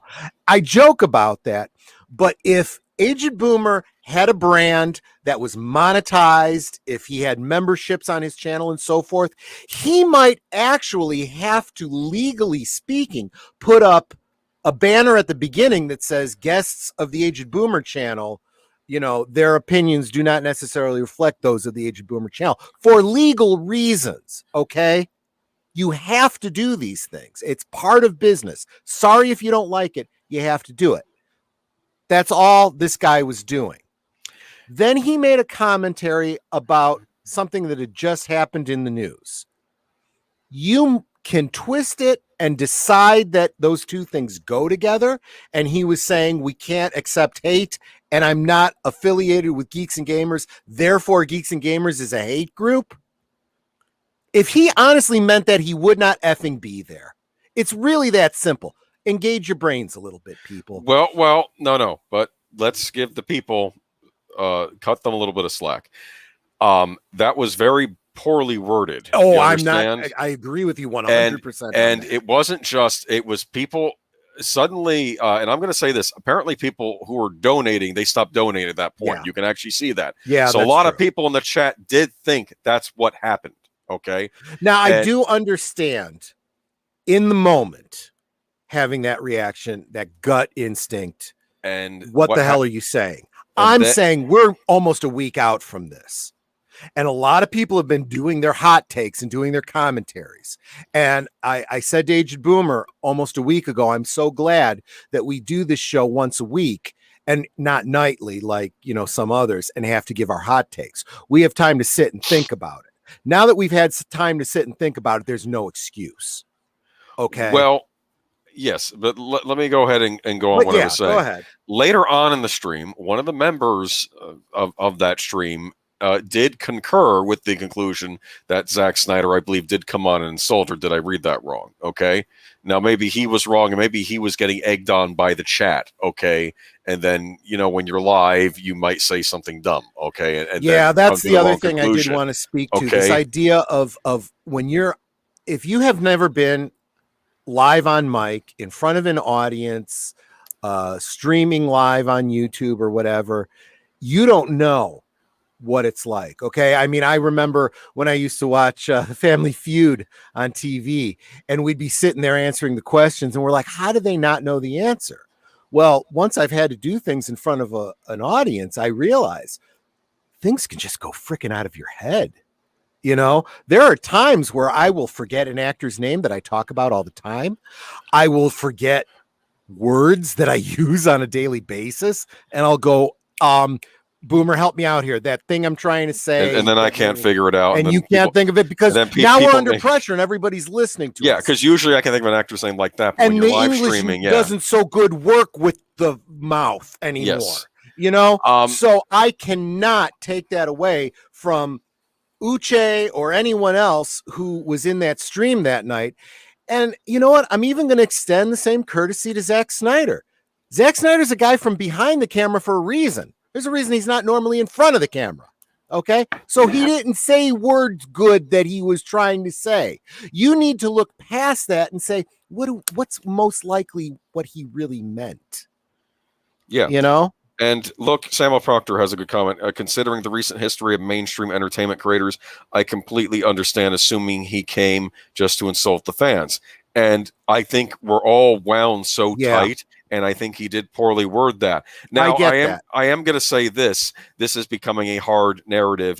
This is the problem. This is becoming, in my opinion, like Rashomon. Everyone is seeing something different, okay? And I noticed the entire community is getting all split up over this. Even people, you know, I'm worried that people in our chat are going to be fighting about this too. I don't want that. Okay, but I'm saying is there's a time difference here. Yeah, there's having that reaction in the moment, and then the next day, you need, if you're truly being intellectually honest, okay, if you're not just a follower, but you're a thinker, okay, if you're truly engaged, okay, and heck, I'm going to pull the Klingon here. If you're being truly honorable, you're going to look at it and think about it. When I first brought this up to you, what was my reaction?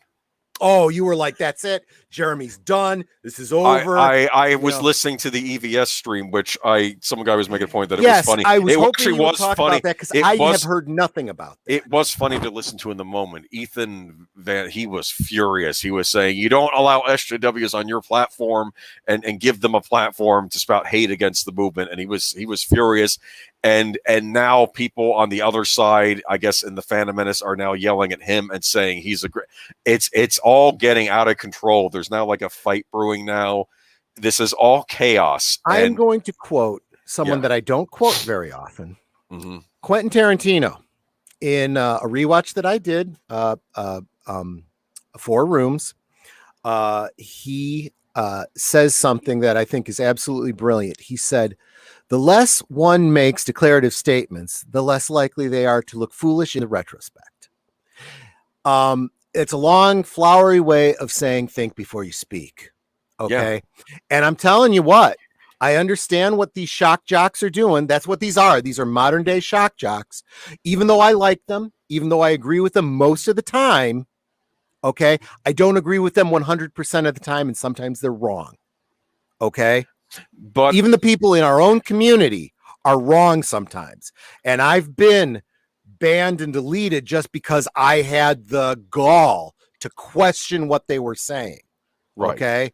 And I'm getting kind of sick of it because, you know what? We're playing right into their damn hands. This is exactly what these people want. People like Kathleen Kennedy, people like the SJWs want to destroy this community and turn us against each other. It's the Saul Alinsky playbook. I have a question. If you don't know who Saul Alinsky is. Do you think, do you think that Warner Brothers told him to say this? Because I think Trooper FN was saying that he didn't say this on another thing he was doing this for, and he didn't do I think they absolutely did, but I don't think it was as nefarious as that. Okay. I don't think they were doing a Kathleen Kennedy, let's get these bastards thing. I think they were really just trying to cover their asses legally.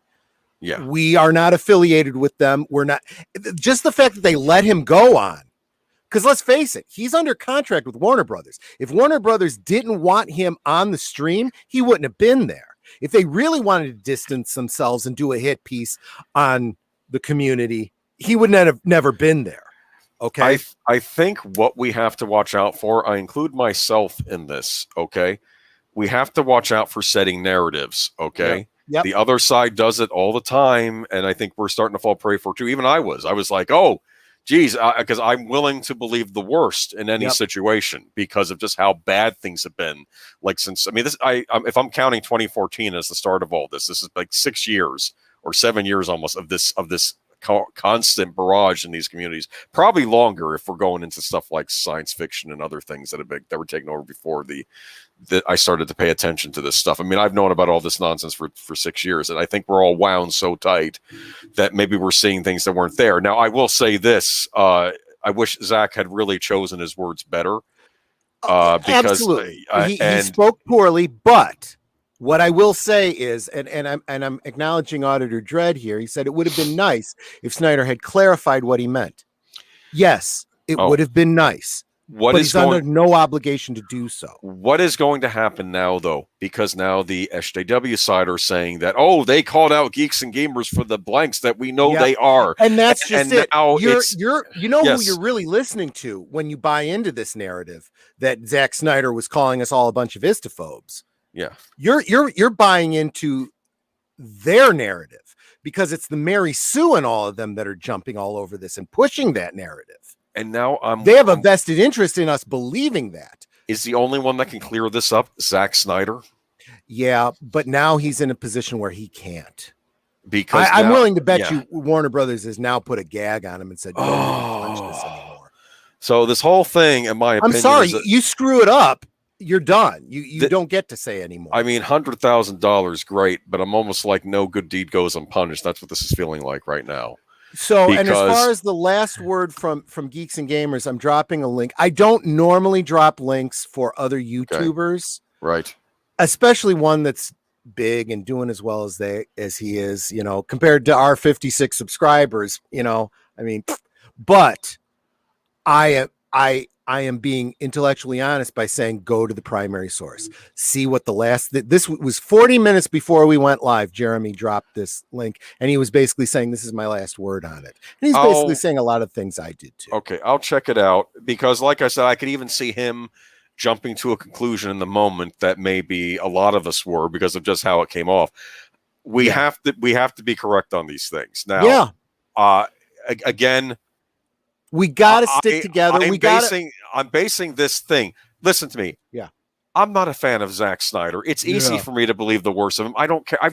I've liked very few of his movies. I remember when Dawn of the Dead remake came out back in the day. I was against that because I love the Romero version. Casted though. I'll give him that. There are a lot of horror fans that like that movie. I'm not here to disparage them. You know, Yeah. tastes differ. I'm a big fan of the Romero movie, and I didn't care for his take on it. And Baby Doll was interesting.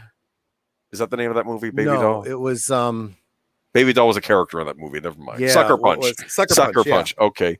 I didn't see the director's cut because I didn't like the ending, but I think the director's cut is a better ending. I don't know. Anyway, the point is, I would say 300 and Watchmen. Yeah, when he does direct adaptations of comics, he's very good. Yeah.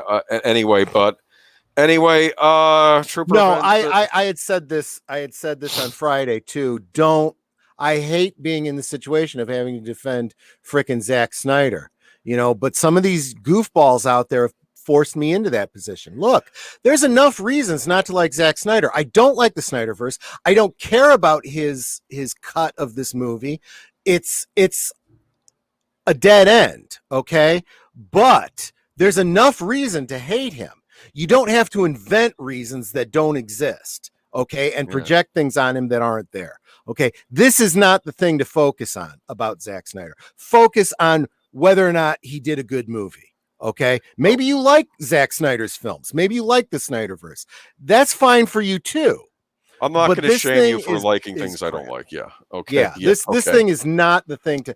I said the same thing about President 44. Don't make me have to defend him.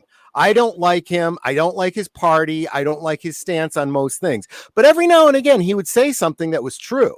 Just because somebody you don't agree with says something doesn't mean it can't possibly be true. Even a broken clock is right twice a day, Oh, Trooper FN25, Warner Brothers doesn't want to be in the same trap Disney is. That's interesting. Yeah, that's an excellent point too. Yeah. And something we didn't really have on the docket to talk about, maybe we'll talk about more later, is on a much smaller scale.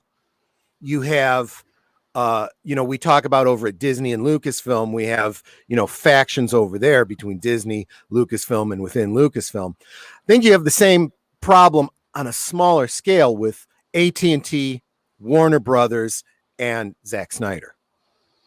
Oh, moral of the story, don't do charity stream. Maybe moral of the story, be careful who you invite as a guest on the charity stream if they don't know what they're going to say properly. No, I disagree. I think absolutely you need to be doing charity streams. Let's not take anything away from $100,000 for self-deletion prevention, okay? But keep in mind, too, the bad guys are using the good things our side does against us, okay? The same exact thing happened when Geeks and Gamers did a stream raising money for human trafficking with Gina Carano.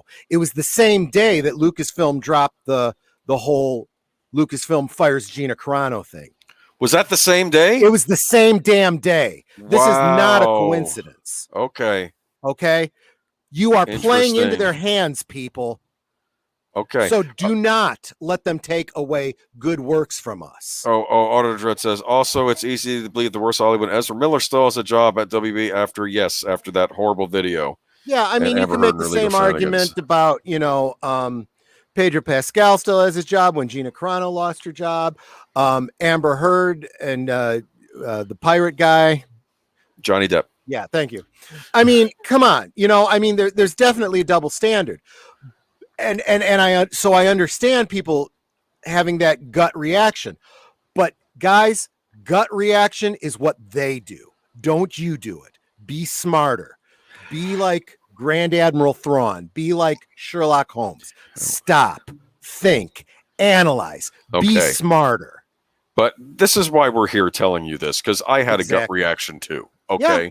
We all fall for it. And like I said, I wish the truth of this would come out concretely, but I don't know now, because now the narrative has taken over, and now it's splitting the whole community apart. And Do you know the second half of that saying, look before you leap? Yeah. The second half is think before you speak. There's a wonderful line from one of my favorite movies, also play Glenn Ross, when Al Pacino's character, Richard Roma, he says, "Don't open your mouth until you know what the shot is." Okay. Yeah. And it's an important line, and you learn this as you get older, and people think you're so smart when you get older. I don't know if it's so much you get smarter, but you know when to keep your mouth shut. Okay? You gain wisdom. You gain wisdom, right? Okay. Yeah. There's nothing that's happening that you need to comment on right now. Okay? There is wisdom in stopping, thinking, analyzing, and then speaking. Yeah, but Ethan Van Sciver screaming, it got taken down. He's now theorizing that it could be the Lucasfilm, but we don't know. The so I was social hoping media you'd rep. speak a little bit more to that, because I did not hear the stream itself. Here was the stream. said. I have to admit, I was listening to it, and he was And I watched it two different ways. First was the ways when I was shocked, and I was like, I have to go find, and I'd find the other video of Zack Snyder speaking. Then I listened to Ethan, because he was commenting on it post, because I guess he couldn't get on there, or at least he got in late or something, so he was reacting to it on his stream. And he was furious, but he was making all these points, and then I watched it again after what you said, don't fall for it or whatever. Yep. That's not what happened. And I'm listening to it again, and I'm laughing. And I was laughing so hard that it was like the Joker sprayed me with the Joker gas. That Smilex. No, really. And it's like the doctors are trying to inject the tranquilizer in me, and I'm still laughing out of control. And you're laughing hard because I'm just thinking how absurd. This is where we are in modern pop culture, and it's so stupid. Yeah. And everything about the modern pop culture landscape is just so stupid now. One other thing I do want anymore. It's not fun anymore, except to, and it's all BS. And sometimes even when there isn't BS, we'll see it where there isn't any, and then that blows up and then makes things worse. And I don't know, man. I think there's one other point that I want to make, and we say it all the time: the bigger they are, the harder they fall. And I think the higher you are on the pyramid, the easier it is to make a misstep and fall very far. And I think we tend to look at, Uncle Ethan as being so high. Yeah, it's his to lose. It's his to throw away. He needs to. He needs to be smarter. He needs to, I'm sorry to draw this analogy, but I kind of see Uncle Ethan as, and the left is going to is making this same analogy. So I want to lean into that a little bit. They compare him to Rush Limbaugh. Rush Limbaugh is someone that I always greatly admired. I listened to his show a lot. I loved and agreed with him most of the time. However, there were times he would say things, and I'd be like, I'm not really sure how genuine you're being about this. I don't think you even really believe what you're saying. And I feel that way about Ethan sometimes too. I think he's spewing the narrative that he's cultivated for himself, but I don't think he's really 100% behind it. And I'd especially make that analogy when Rush Limbaugh used to say, "You people, you need to understand, I'm operating with one half of my brain tied behind my back just to make it fair." Yes. And then I listened to Ethan Van Sciver, who every week he says I'm, the smartest, most intelligent, yet humblest man. You laugh though when you hear that. And you laugh because it's a joke, because the two things do not go together. You can't be humble and say these things about yourself, right? Yes. So it makes you wonder what he really does mean when he says that. Okay, so you have to immediately go into it tongue in cheek, understanding that not everything he says is going to be 100%. And I think that's why he gives himself a little bit of cover when he, comes out with a hot take like that. But I think he went a little too far on this one. And we need to stay unified, guys. If you are following some YouTubers and you respect them and they do something stupid, wait, think about it, hear what they have to say, give them the decent, honorable opportunity to apologize, rethink, whatever. Jeremy has come out and taken responsibility for Geeks and Gamers side of it and said, look, it's entirely my fault. Okay.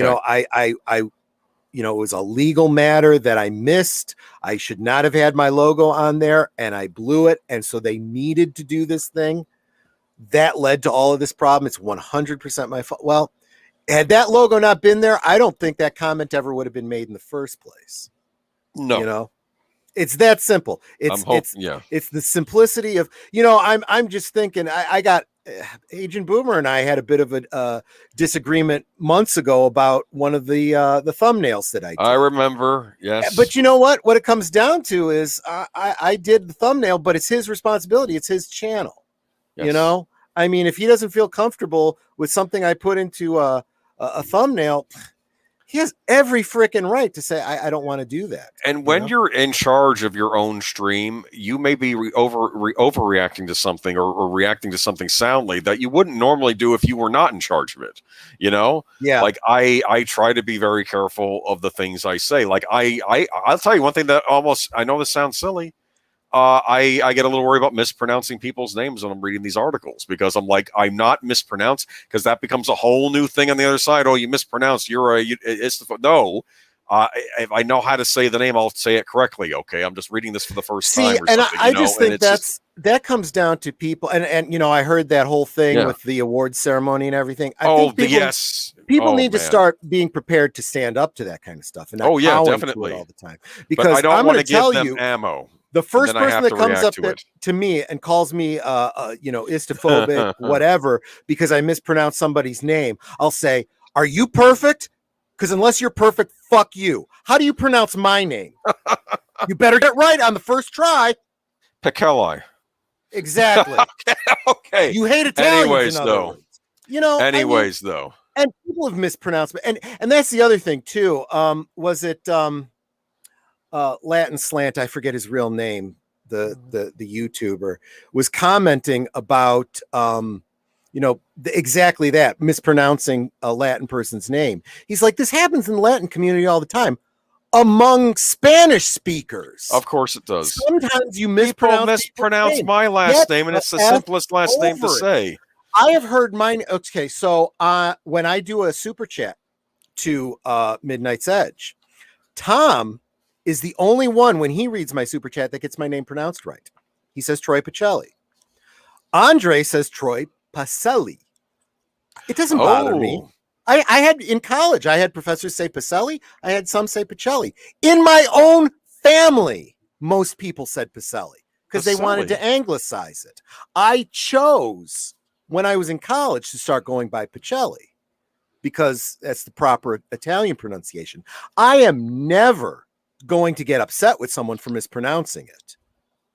Pacelli probably is pushing it a bit, but I'll still give grace for it until I've, corrected them, It's the same problem I have with this whole pronoun thing. Okay. You look like a dude, you act like a dude, you sound like a dude, and I call you sir and you get pissed about it. I'm sorry. You had many opportunities to communicate to me whether you were a dude or not. Okay. Exactly. Now you need to give me a little bit of grace, correct me. And if you say you're ma'am, I'll take you at your word. I don't want to see what's between your legs. I'll just take you at your word. Okay.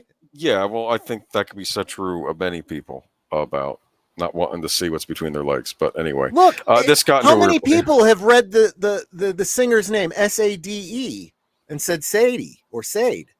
It's pronounced Sade in her language. Okay. All right. I don't say spade, it's spade. So anyways, and apparently this one reviewer did not like on New York Post did not like the Snyder Cut at all, and said it's 2 more hours of a movie I didn't like. Okay, that's what he said. Brian Gilmartin said, I've had people think that the Gil part of Gil Martin was my middle name. So Brian G. Martin is what they thought. That's actually, well, that's kind of weird. That just means they don't know how to read. But, oh no, if someone says Brian Gil Martin, okay, if it's just verbal, see, that's the other difference. If you read it, I've had problems where I've sent emails to people and they've responded back, Tony, and addressing me as Tony. Dude, it's written right there in the email. How do you mistake Tony and Troy? Okay. Well, I thought all Italian men were named Tony. Tony Pacelli, I kind of can see. I know I've told this story before. When I was in high school, we went down to the state meet for chess, and I was ranked in third to last place in all of Illinois State. I didn't do very well, and my name was listed on the thing as on the listing as Tony Pacelli, and the teacher's like, oh, that's wrong, I'll go talk to him about it. I'm like, no, dude, wait, I'm in third to last place. I want to be able to look at that and go, who's this Tony Pacelli guy? He sucks. I'm glad I'm not him. Okay. Yeah, so we all need to relax a little bit, people, is what we're I'm getting all at. freaking out because the cancel culture is in full force, okay? We don't need to play into it. We don't need to give them more fuel, and we don't need to tear ourselves down and our own damn community. We need to stand together. What's the old saying? We need to hang together or we will surely hang separately. Yeah, and that's sort of where I feel like we are. We're on a dangerous precipice, if I said that correctly. So let's just all. And this is why those of you that do have email, those of you who do have YouTube channels and whatnot are on social media. People, you do need to manage your social media, but at the same time, don't block every single person who says something you don't like. Engage with them, and engage with them in an appropriate, diplomatic way. Don't meet them the way they are. Don't resort to their tactics. So if they compare you block everybody and make sure that you have yourself a perfectly sterile echo chamber. Okay, engage in conversation. That's the only way you're going to build your brand. That's the only way you're going to convert people to your way of thinking. It's the only way you're going to expand your own horizons and meet in the middle with people. Quit allowing them to do this to us. All right. So, do we want to hear this one reviewer's take on the Justice League 2.0? Or maybe you don't care. I feel kind of bad that we're really only giving one voice when there's a lot of people with a lot of things to say. But yeah, let's go ahead and say. Let's okay. I did find this review funny, and I do read the New York Post sometimes. Okay. Justice League 2.0 is darker than an Arctic winter, has a score composed by a Longhorn, once again featuring Ben Affleck's couch potato Batman, and clocks in at 4 hours. That's 60 minutes longer than Avengers Endgame. Why would Warner Brothers drop a reported $70 million to redo a 4-year-old film that now lasts 1/6 of a day? Why does this wayward world of ours do anything? Social media. For years, Snyder was unable to finish his flick in post-production and handed the reins to Joss Whedon. The end result was an abysmal Frankenstein monster style. Snyder's sludge and Whedon slapstick disappointed fans. Then birthed the hashtag release the Snyder Cut Twitter hashtag. And today their demented dreams have come true. I haven't seen the movie.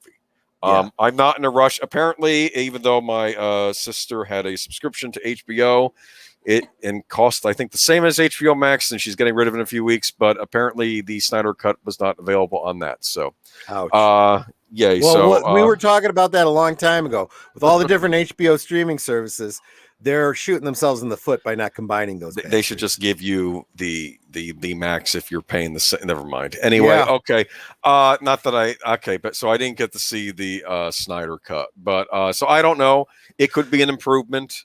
Well, see, this is what I think the Critical Drinker had a great take on it. He said, "Well, it's better than the Whedon cut, but that's not a very high benchmark." I'm worried though. The Whedon cut at least had a little bit of humor sprinkled throughout, and I'm worried he's going to get rid of the humor and it's all going to be stark. Like, I get what you're saying, but I think you're falling into a kind of a two-dimensional kind of analysis that I think a lot of people have fallen into. Okay. You can lighten up the movie, but you don't have to. Humor is not the only way to lighten it up. Okay. I do feel like you do need the verisimilitude. You do need to take it seriously, but you don't have to be broody dark in order to be serious. Okay. Yeah. So those are the two extremes. You have everything dark, broody, desaturated, angsty, okay, to be serious. Well, to lighten it up, we need to be silly and jovial and, feel up Wonder Woman and da da da. And well, what's your superpower? I'm rich. Yeah, there was a like a Cyborg says, Alfred, I'm taking the wheel or something, and Alfred says, who is this? And Cyborg says it, and it's that sort of thing that I like those little lines, especially because humor definitely has its place in the Justice League. It always has. Yes. I mean, especially in the 80s with the Justice League International era and the Booster Gold and Blue Beetle era. But even before that, you used to have the dust up and the arguments, politically minded arguments between Green Lantern and Green Arrow. There's always been a way to deal with those kinds of things that Hollywood seems to love so much in a way that I think would be the fans would be very, very much open to. But stupid slapstick humor has no part. And I'll tell you what, that joke, what's your superpower? I'm rich. Bruce Wayne would never say that. Someone else might say that about Bruce Wayne. He wouldn't. Well, anyways. I have some serious problems, not only with the Snyderverse in general, but with the jokes that Joss Whedon chose to go with. Okay. I loved Buffy. I really did. But that humor has no place in Justice League. The two don't go together. So what I've been hearing, from people like I almost said the boozer, the critical drinker, excellent points that he made. You can be funny without that kind of slapstick kind of a thing, but and let's face it. I mean, the reshoots that they did that allowed not Zack Snyder, that allowed who played Superman, the Brit, Henry Cavill. Henry Cavill, thank you. That allowed Henry Cavill to actually look like Superman and not some sort of a demustachioed, Frankenstein. I mean, that in and of itself is going to be an improvement, right? He lightened up the colors. He made it a little bit more flashy. The CG is more polished. These are minor things, but they probably cost a lot of money and they probably make a huge difference. Okay. Just the addition of the whole Darkseid storyline, I'm sure makes a whole lot more sense than who the hell is this Steppenwolf? Who is Steppenwolf? Yeah, exactly. In fact, one thing that the critical drinker pointed out, he said, I still don't understand. He said it's implied that Steppenwolf screwed up and he's doing this to get back in Darkseid's good graces. I don't know what he did. I don't know why he's trying to atone. Well, my first thought was, okay, that's the kind of story that you set up other movies for, right? Yeah. Something that, you got more of these. I just got a buddy bar from Netter. Okay, that's nice. I am gonna. Netter's my buddy. That's right. But anyway, so ice cream. Pardon? No, it's the Little Debbie's, wafers. Oh, I see. Chocolate wafers. I see. Okay. But yeah, it's if you're going to do any kind of world building, you don't necessarily have to cram everything into your one movie. You got to set the seeds for future development of your villain and his backstory and everything. There's nothing wrong with that. Yeah, Henry Cavill is British. Yeah, I could go on a rant about how we can always have British playing American American heroes, but you can't have the reverse. It's only because we lack the talent of actors to be able to pull off an accent. Possibly. I'm going to give Kevin credit Costner. where credit is due. Kevin Costner as Robin Hood. Come on. Oh God. Oh God. No, I actually give Costner points. I have issues with Prince of Thieves, but there used to be an old thing in Hollywood when they would have British characters, they didn't always speak with British accents. And I think the idea was, if you can't really do a British accent, don't do one. Okay. Right. You know, and I don't necessarily have a problem with that. Well, but anyway, I would go a little bit further though and say, if you can't do an accent, maybe you shouldn't be cast in that role. Just saying. Okay. You know, and I also hold actors in very high regards who can do accents, because you know what? That's part of the training. I mean, that's like a carpenter who doesn't know how to use a bow saw. Okay, I want to make another argument though for Robin Hood. Whatever British accent they would have him speak with now is probably not the British accent the actual Robin Hood spoke with back then. Right? Okay, I'll give you that, but you know, it don't matter because we want the authenticity. You can make the same argument that you know, on a Russian sub, they'd all be speaking Russian through the whole damn movie. You know, it's Red October. It's funny. I'm so playing you suspend your disbelief, you know, to get the idea, right? Yes.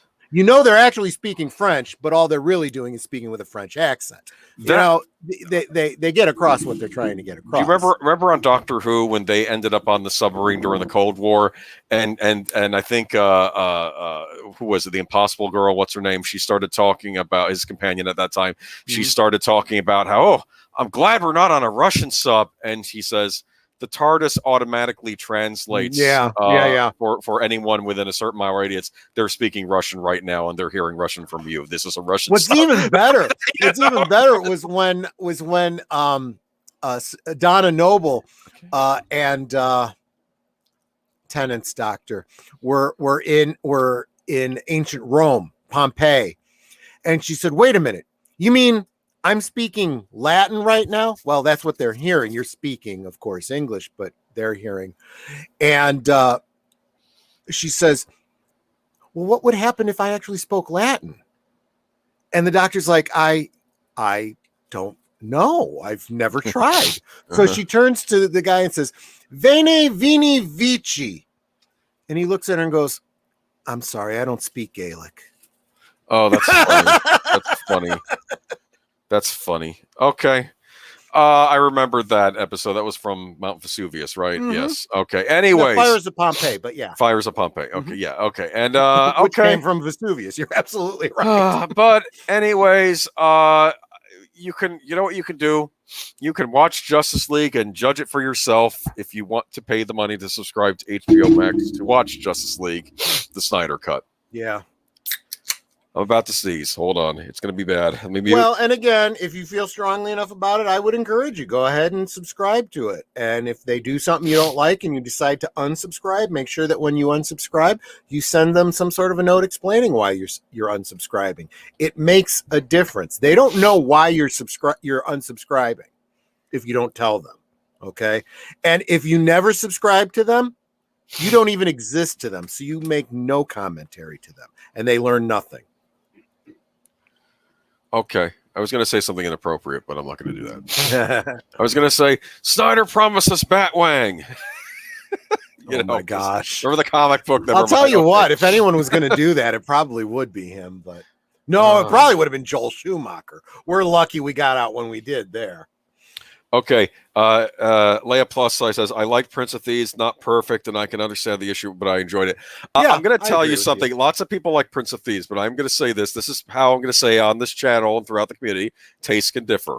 Yeah. I went and saw the Ridley Scott Robin Hood movie, the one with Russell Crowe and Kate Blanchett, and I saw that in the theater, and my friend and I came out. We just bursted out laughing because that's how bad it was. And there were things in that movie that made no sense, like the fact that you had the kids in the woods, and I'm thinking, are those supposed to be the Lost Boys from Peter Pan? I understand Ridley Scott how you got confused because both Robin Hood and Peter Pan have those pointy hat things. Yes, yeah, but it's not the same thing. Okay, and then we can't have Robin Hood versus the sheriff of Nottingham or Guy of Gisborne, so he's fighting some French guy. Okay, and I guess they say Robin Hood. I fought in your general direction. Yes, and then it was Robin Hood. I think his father wrote the Magna Carta and invented democracy, or I don't. It was a little bit ridiculous. And I like Kate Blanchett. I like Russell Crowe. I wondered if revolutions are fought by the young. Okay, but anyway, I don't know.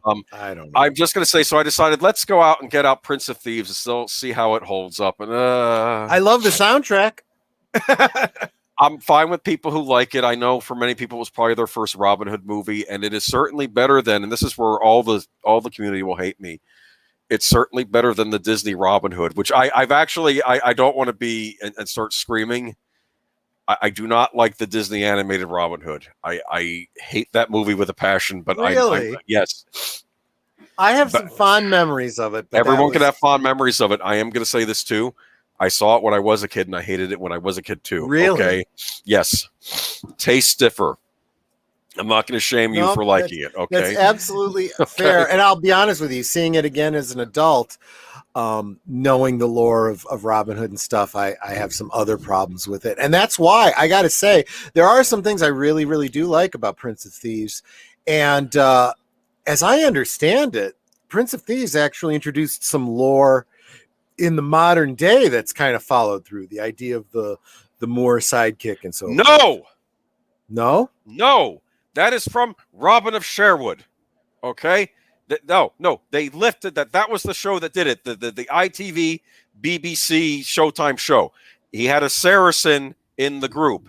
And Prince of Thieves took it from there. Now, I'm not picking on Prince of Thieves for doing that, because I think it's an interesting addition to the lore. And I'm fine with subsequent Robin Hoods having a Saracen or, You're right. Robin of Sherwood does predate a character from the other side of the Crusades, because that's interesting, because in some ways it makes sense, right? Because he's still a character from that period. And think about it, Robin Hood are outcasts, and what would be more outcasts than a Muslim in medieval England, My mistake. You know what I'm thinking? I thought it was the other way around, because I saw Prince of Thieves before I saw Robin of Sherwood, so I did not realize they didn't come out in that order. Yeah. It predated on Showtime, and it came to PBS later, which is probably when you watched it. Okay. Yes. I'm not I should cut Prince of Thieves some slack. There are some good lines in it. I'll say this then. Slack. Okay, maybe it didn't introduce that concept. It certainly popularized. It cemented it. Cemented it, because it was introduced in Robin Hood Sherwood, and they carried it on with Prince of Thieves and subsequent Robin Hoods, like that BBC Robin Hood show that I so desperately wanted to like, but I know it fell apart. Like the first couple episodes were great, and then it just kind of, because I love the guy they playing the sheriff, a real nasty, because it was a different kind of evil sheriff than the one in Robin Sherwood, but I did like him as well. And he had like that weird tooth that he kept taking out and putting back in his mouth. And I thought that was a nice detail, but it's... Samuel Proctor makes a great point. That's another thing. The soundtrack from the Disney Robin Hood. He says very soothing movie. Oh! I'll tell you, I do love that soundtrack. Not very British. I'm gonna be... But I gotta temper myself here. Has its ups and downs. Oh, I'm gonna temper my... Sometimes the ups outnumber the downs. But not in Nottingham. Okay, stop singing. This is my stream. Well, that's all I know. That's where I was. That's fine. Did you ever see the movie? Did you ever see the movie The Fantastic Mr. Fox, the clay animated movie? Okay, it was done by Wes Anderson of all people, and it was based on a Roald Dahl novel. Okay, and there's a scene in it where it's worth checking out. Yeah, and there's a scene in it where this one country bumpkin or whatever is singing a song about Mr. Fox and about how he's just singing this song, and then the villain of the movie, I guess the farmer or whatever, comes over and smashes the guy's banjo and says, "You wrote a bad song, Timmy." And I said, yes, and that's how I felt about the Robin Hood song. Like, just, you know what I'm saying? Okay. I'm going on a rant here. We're not even covering the news anymore. I'm sorry. Taste differ. No, please. Please. We're moving on. I can see him cringing on the other side of the mic. Do not have me on for a rewatch of that, because I will, every second of the movie, I'm going to be tearing it apart. There are certain movies I will tear apart, and even some Marvel movies that predate Captain Marvel that I had some issues with. We're not going to talk about that here. I'm not going to talk about that here. You know, there was that what? Reb, what's his name's Captain America and Nicholas Hammond Spider-Man. I need to watch. I saw the made-for-TV Captain America. Okay, let's move on to the final story of the night, shall we? Mm-hmm. And this is kind of a dumb one, but whatever. We can end on. We have some bit of levity. Okay. Language, as Captain America would say. Yeah. And that's one of the more movies I have an issue with. But anyway, let's not talk about it. I know there are people that like Age of Ultron. I just that movie promised things it didn't deliver on, and promise other movies that never happened, but I'm going to keep quiet. It's okay if you like that movie. We can disagree. Thor: Love and Thunder actor, not actress. Actress is redundant now, okay? Thor: Love and Thunder actor Natalie Portman rewrites classic fairy tales that mainly focus on male characters. Okay, you have it up here too. I'll read a little bit from this article here. Okay, do you like classic fairy tales, Mr. Pacelli? Oh, of course I do. I'll tell you. I Okay. follow John Solo, and you know he does he picks apart the rather grim origins of some of the great fairy tales. All right. Thor: Love and Thunder actor Natalie Portman recently revealed that she's taken it upon herself to rewrite classic fairy tales because they mainly feature male protagonists, publishing a book that features gender-neutral characters instead. According to Hello Magazine, as reported by Breitbart, Portman decided to rewrite some of these classic fairy tales because they did not reflect the world in her book titled Natalie Portman's Fables. Portman explained, I found myself changing the pronouns in many of their books because so many of them had overwhelmingly male characters disproportionate to reality. Boys need to see that women have a multitude of opportunities open to them to consider that what they think and feel and how they experience the world. So I'm guessing she didn't do any rewriting of Cinderella or Snow White or any of the other princesses. Can I please finish this? Okay. This is serious business here, okay? James Howell Phillips, The Three Little Pigs, as well as Aesop's The Tortoise and the Hare, and The Town Mouse and The Country Mouse are the classic fairy tales that Natalie Portman deemed necessary to give a breath of fresh 21st century air. Portman also goes on to explain how strong, independent women can't always be depicted in a way that makes them seem perfect. Women don't just need to be badass warriors or fierce and confident. We also need characters who have self-doubt, who make mistakes, because we all mess up. We're human, Portman told Hello Magazine. So many people say things like, women are stronger and better leaders and think they're making a feminist statement, but it's limiting for women, for anyone to be put on a pedestal, she said. She would go on to add, a pedestal is just another kind of cage. Okay. Now, you mentioned Cinderella. No, I don't think she's going to rewrite that because she's just trying to even things out. The main character... Cinderella was all women. They kill off the male early in the story, and it's the stepmother, the stepsisters, and her through the whole story. Hansel and Gretel is balanced, right? But all she's going to focus on is where she sees males because they're evil. The funny thing about the stories where she sees males, these are animal males. These are the Three Little Pigs and Tortoise and the Hare and I guess the Town Mouse or whatever it's called. I guess there's an argument to be made. Why do we assume that the three pigs are all male? Right? I can see that. Fine. I'm saying, though, as a little boy... I mean, did you? I mean, I don't know. Maybe I'm weird. Did you associate? I saw pigs. I didn't see boys like me. Well, it has to do with the medium you consume it in, right? If your mom's reading you a bedtime story and she's talking about the three pigs, it probably would have never dawned on me whether or not they were male, female, and you didn't really care, right? But when you see the Disney cartoon, yeah. They're dressed in clothes that strongly imply that they're male. So, don't know. But here, well, here's how I would change Three Little Pigs, okay? You could have it be a sister and two brothers, and the brothers build the bad houses, and the sister builds the brick house, the smart one, right? You do it that way, huh? What do you think? The way I would do it is I would have her build the brick house, but see, she's a union bricklayer, and she would say that the two can't come in unless they pay their union dues. Okay, well, and then the wolf eats them. Yeah, and they get eaten. And as they're getting eaten, she goes, "They should have paid your dues. Yeah, should have paid your dues." Yeah. Oh man.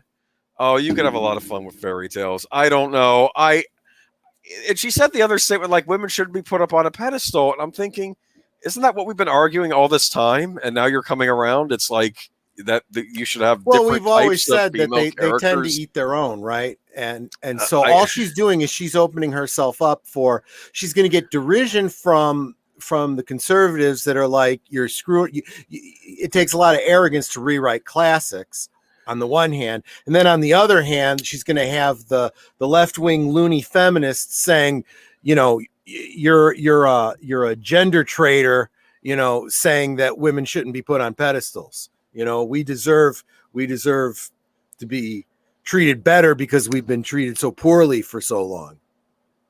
You know, there's no pleasing people. So, you know, I would just stay out of it. But, you know, Horizon, let her Talker, do what you she wants. bad person, you. Okay.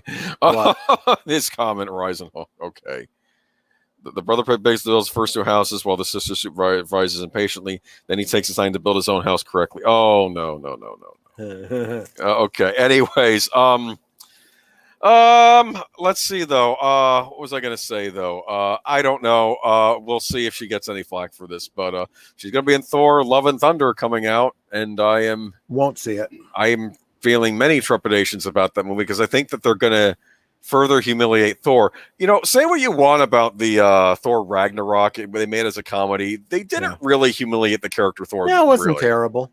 It's when they did Endgame. That's when he's Thor Lebowski, and it's like you took the joke too far. And I don't think they understand. He may not be my favorite Avenger, but I know lots of people. When I say who's your favorite Avenger, a lot of people say Thor. A lot of people like Thor. Okay? Well, and they're also missing out on the one thing that everyone is positive. Well, everyone that actually likes it, that is positive about the Snyder Cut, is Jason Momoa. The women are just all over that, right?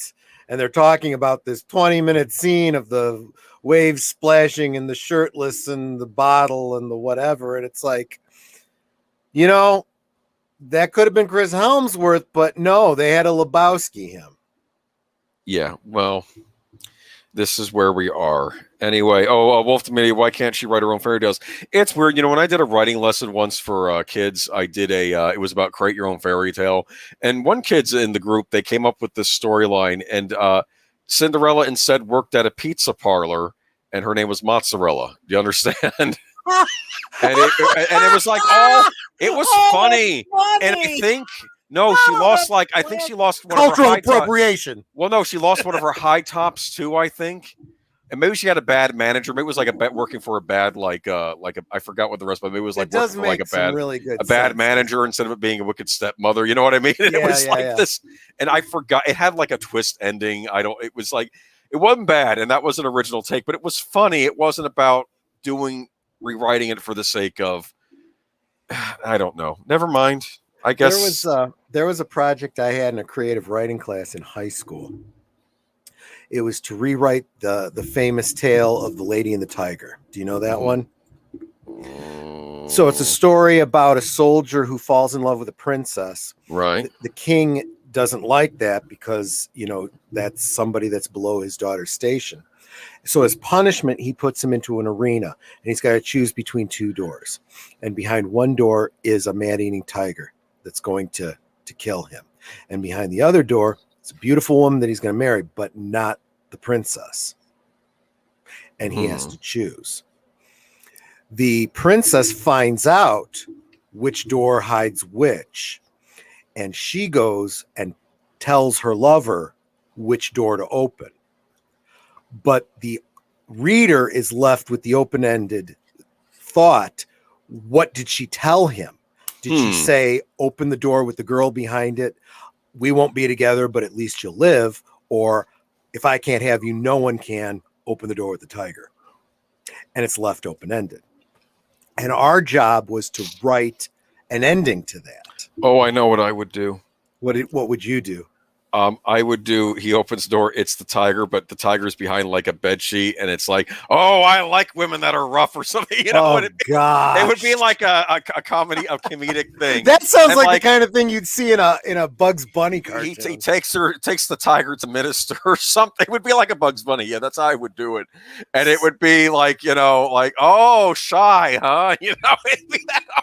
So, of course, the project was to write an ending, and most people wrote these very short endings. He opens the thing, it's a tiger, he's killed, you know, everyone's sad. Or he opens the door, it's the girl, they have a wedding, you know, they live happily ever after. He decides he was better off with her than the princess, whatever. And it's less than a page.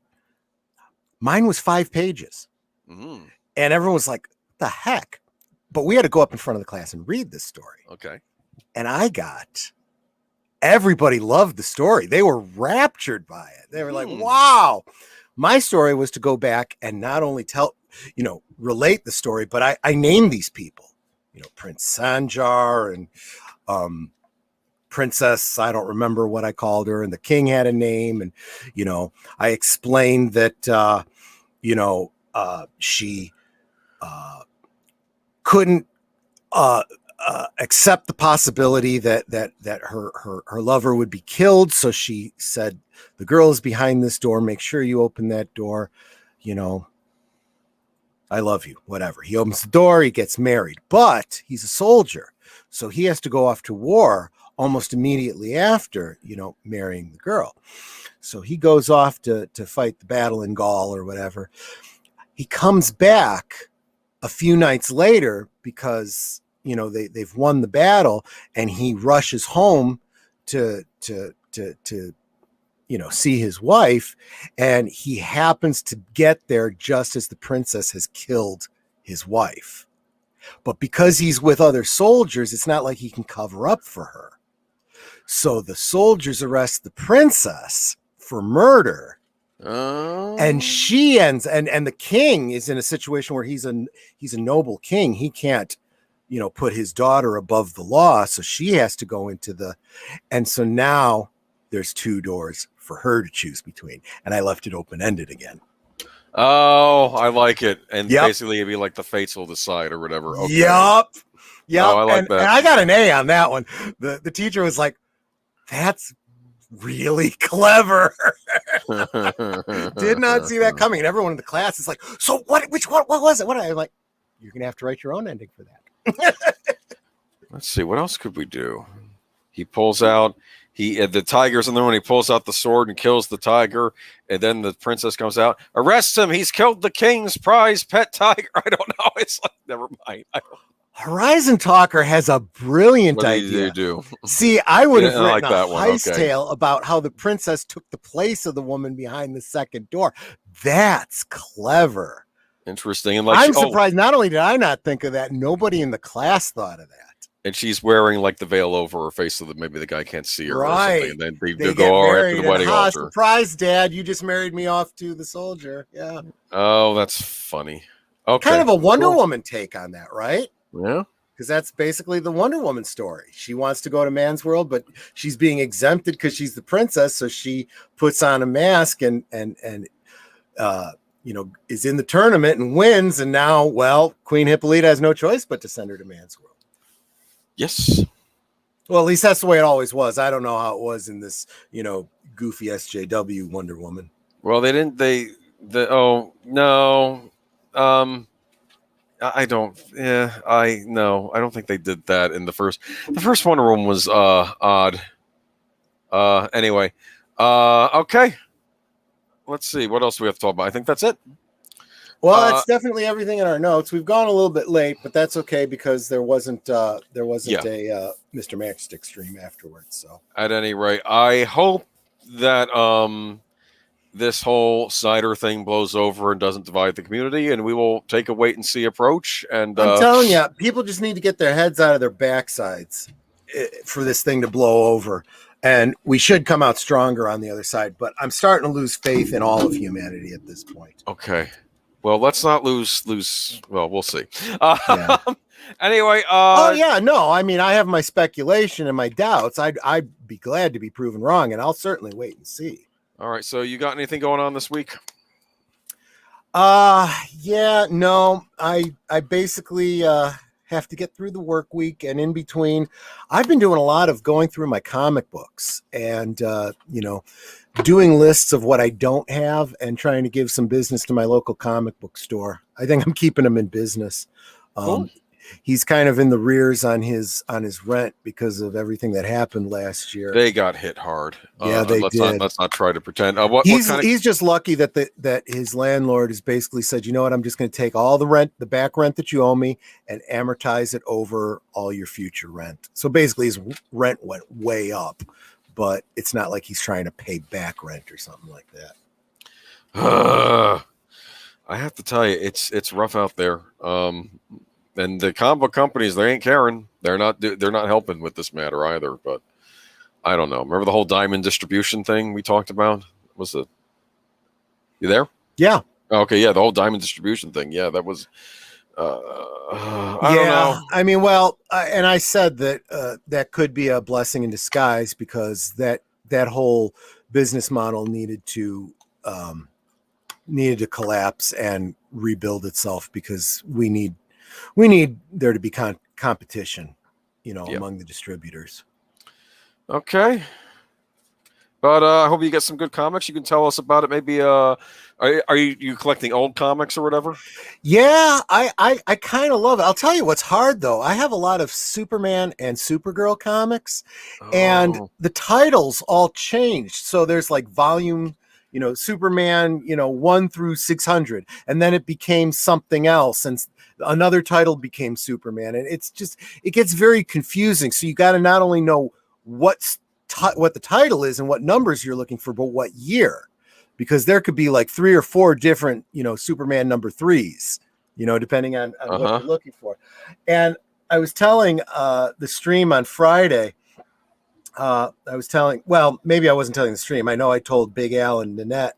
I'm going through one of the Action Comics that I got. It was an 80-page giant, all about a bunch of different, basically reprints of stories of Supergirl.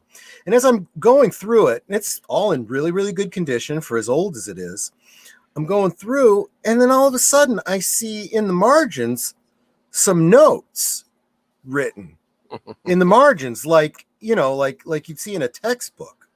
So for example, on page 32, it's talking about the origin of it's kind of giving a synopsis of the origin of Bizarro. And in the handwritten notes, it says the full story is told in Superboy number 68, reprinted in Superman Annual number 2, and Action number 254 and 255. And I'm like, the heck? And then I'm looking through, and there's some other notes. And so here's one. So Bizarros have 2 ways to reproduce. They can have babies, or they can use the imitator machine. And first thing I noticed is this handwriting. I had to look at it twice because I'm like, is this actually printed here? Nope. That's actually somebody wrote on this page. But they're all insightful comments. So I'm not too bothered by it. It's actually kind of fun. And that boy that had that comic book was Todd McFarlane. No, I don't know. Oh, God, right? Yeah, there's no way to know. There is no way to know who owned this comic before me, because it's not like, there some books you see like inside front cover, this is the property of Jimmy Jones or whatever. No, nothing like that. We should maybe next week. That might be an idea. Let's save this for maybe this. I don't know if this would be a good old days topic or not, but we could talk about your experiences with buying older stuff and mine too, because you and I both buy old collectible stuff and our weird experiences with it. Maybe that could be an idea. Yeah, it sounds like a good idea. Sure. All right. Well, listen, y'all. You have a good night. This was fun, and we'll be back next week. And are you having a stream this Friday, Troy? I will be having a stream this Friday. I can't remember if we talked about if we were going to do another rewatch or if it's just going to be a drunk stream. Okay. Well, But I don't know. We'll be doing something Friday. So if you enjoy, you know what? hanging It'll out be with the me, it'll be the drunk stream to come up with the next movie rewatch. Okay. I don't Could know. I be. don't know. Sure. All right, and I'll be on with Daniel Herron, and I believe Leia Plus Size will be joining us this Wednesday at 8:30 p.m. Eastern Standard Time for Captain America: The First Avenger rewatch. Okay, so hope to see y'all there, and be sure to check out the community, find out what else is going on, and y'all have a good week. Take care, everyone. Good night.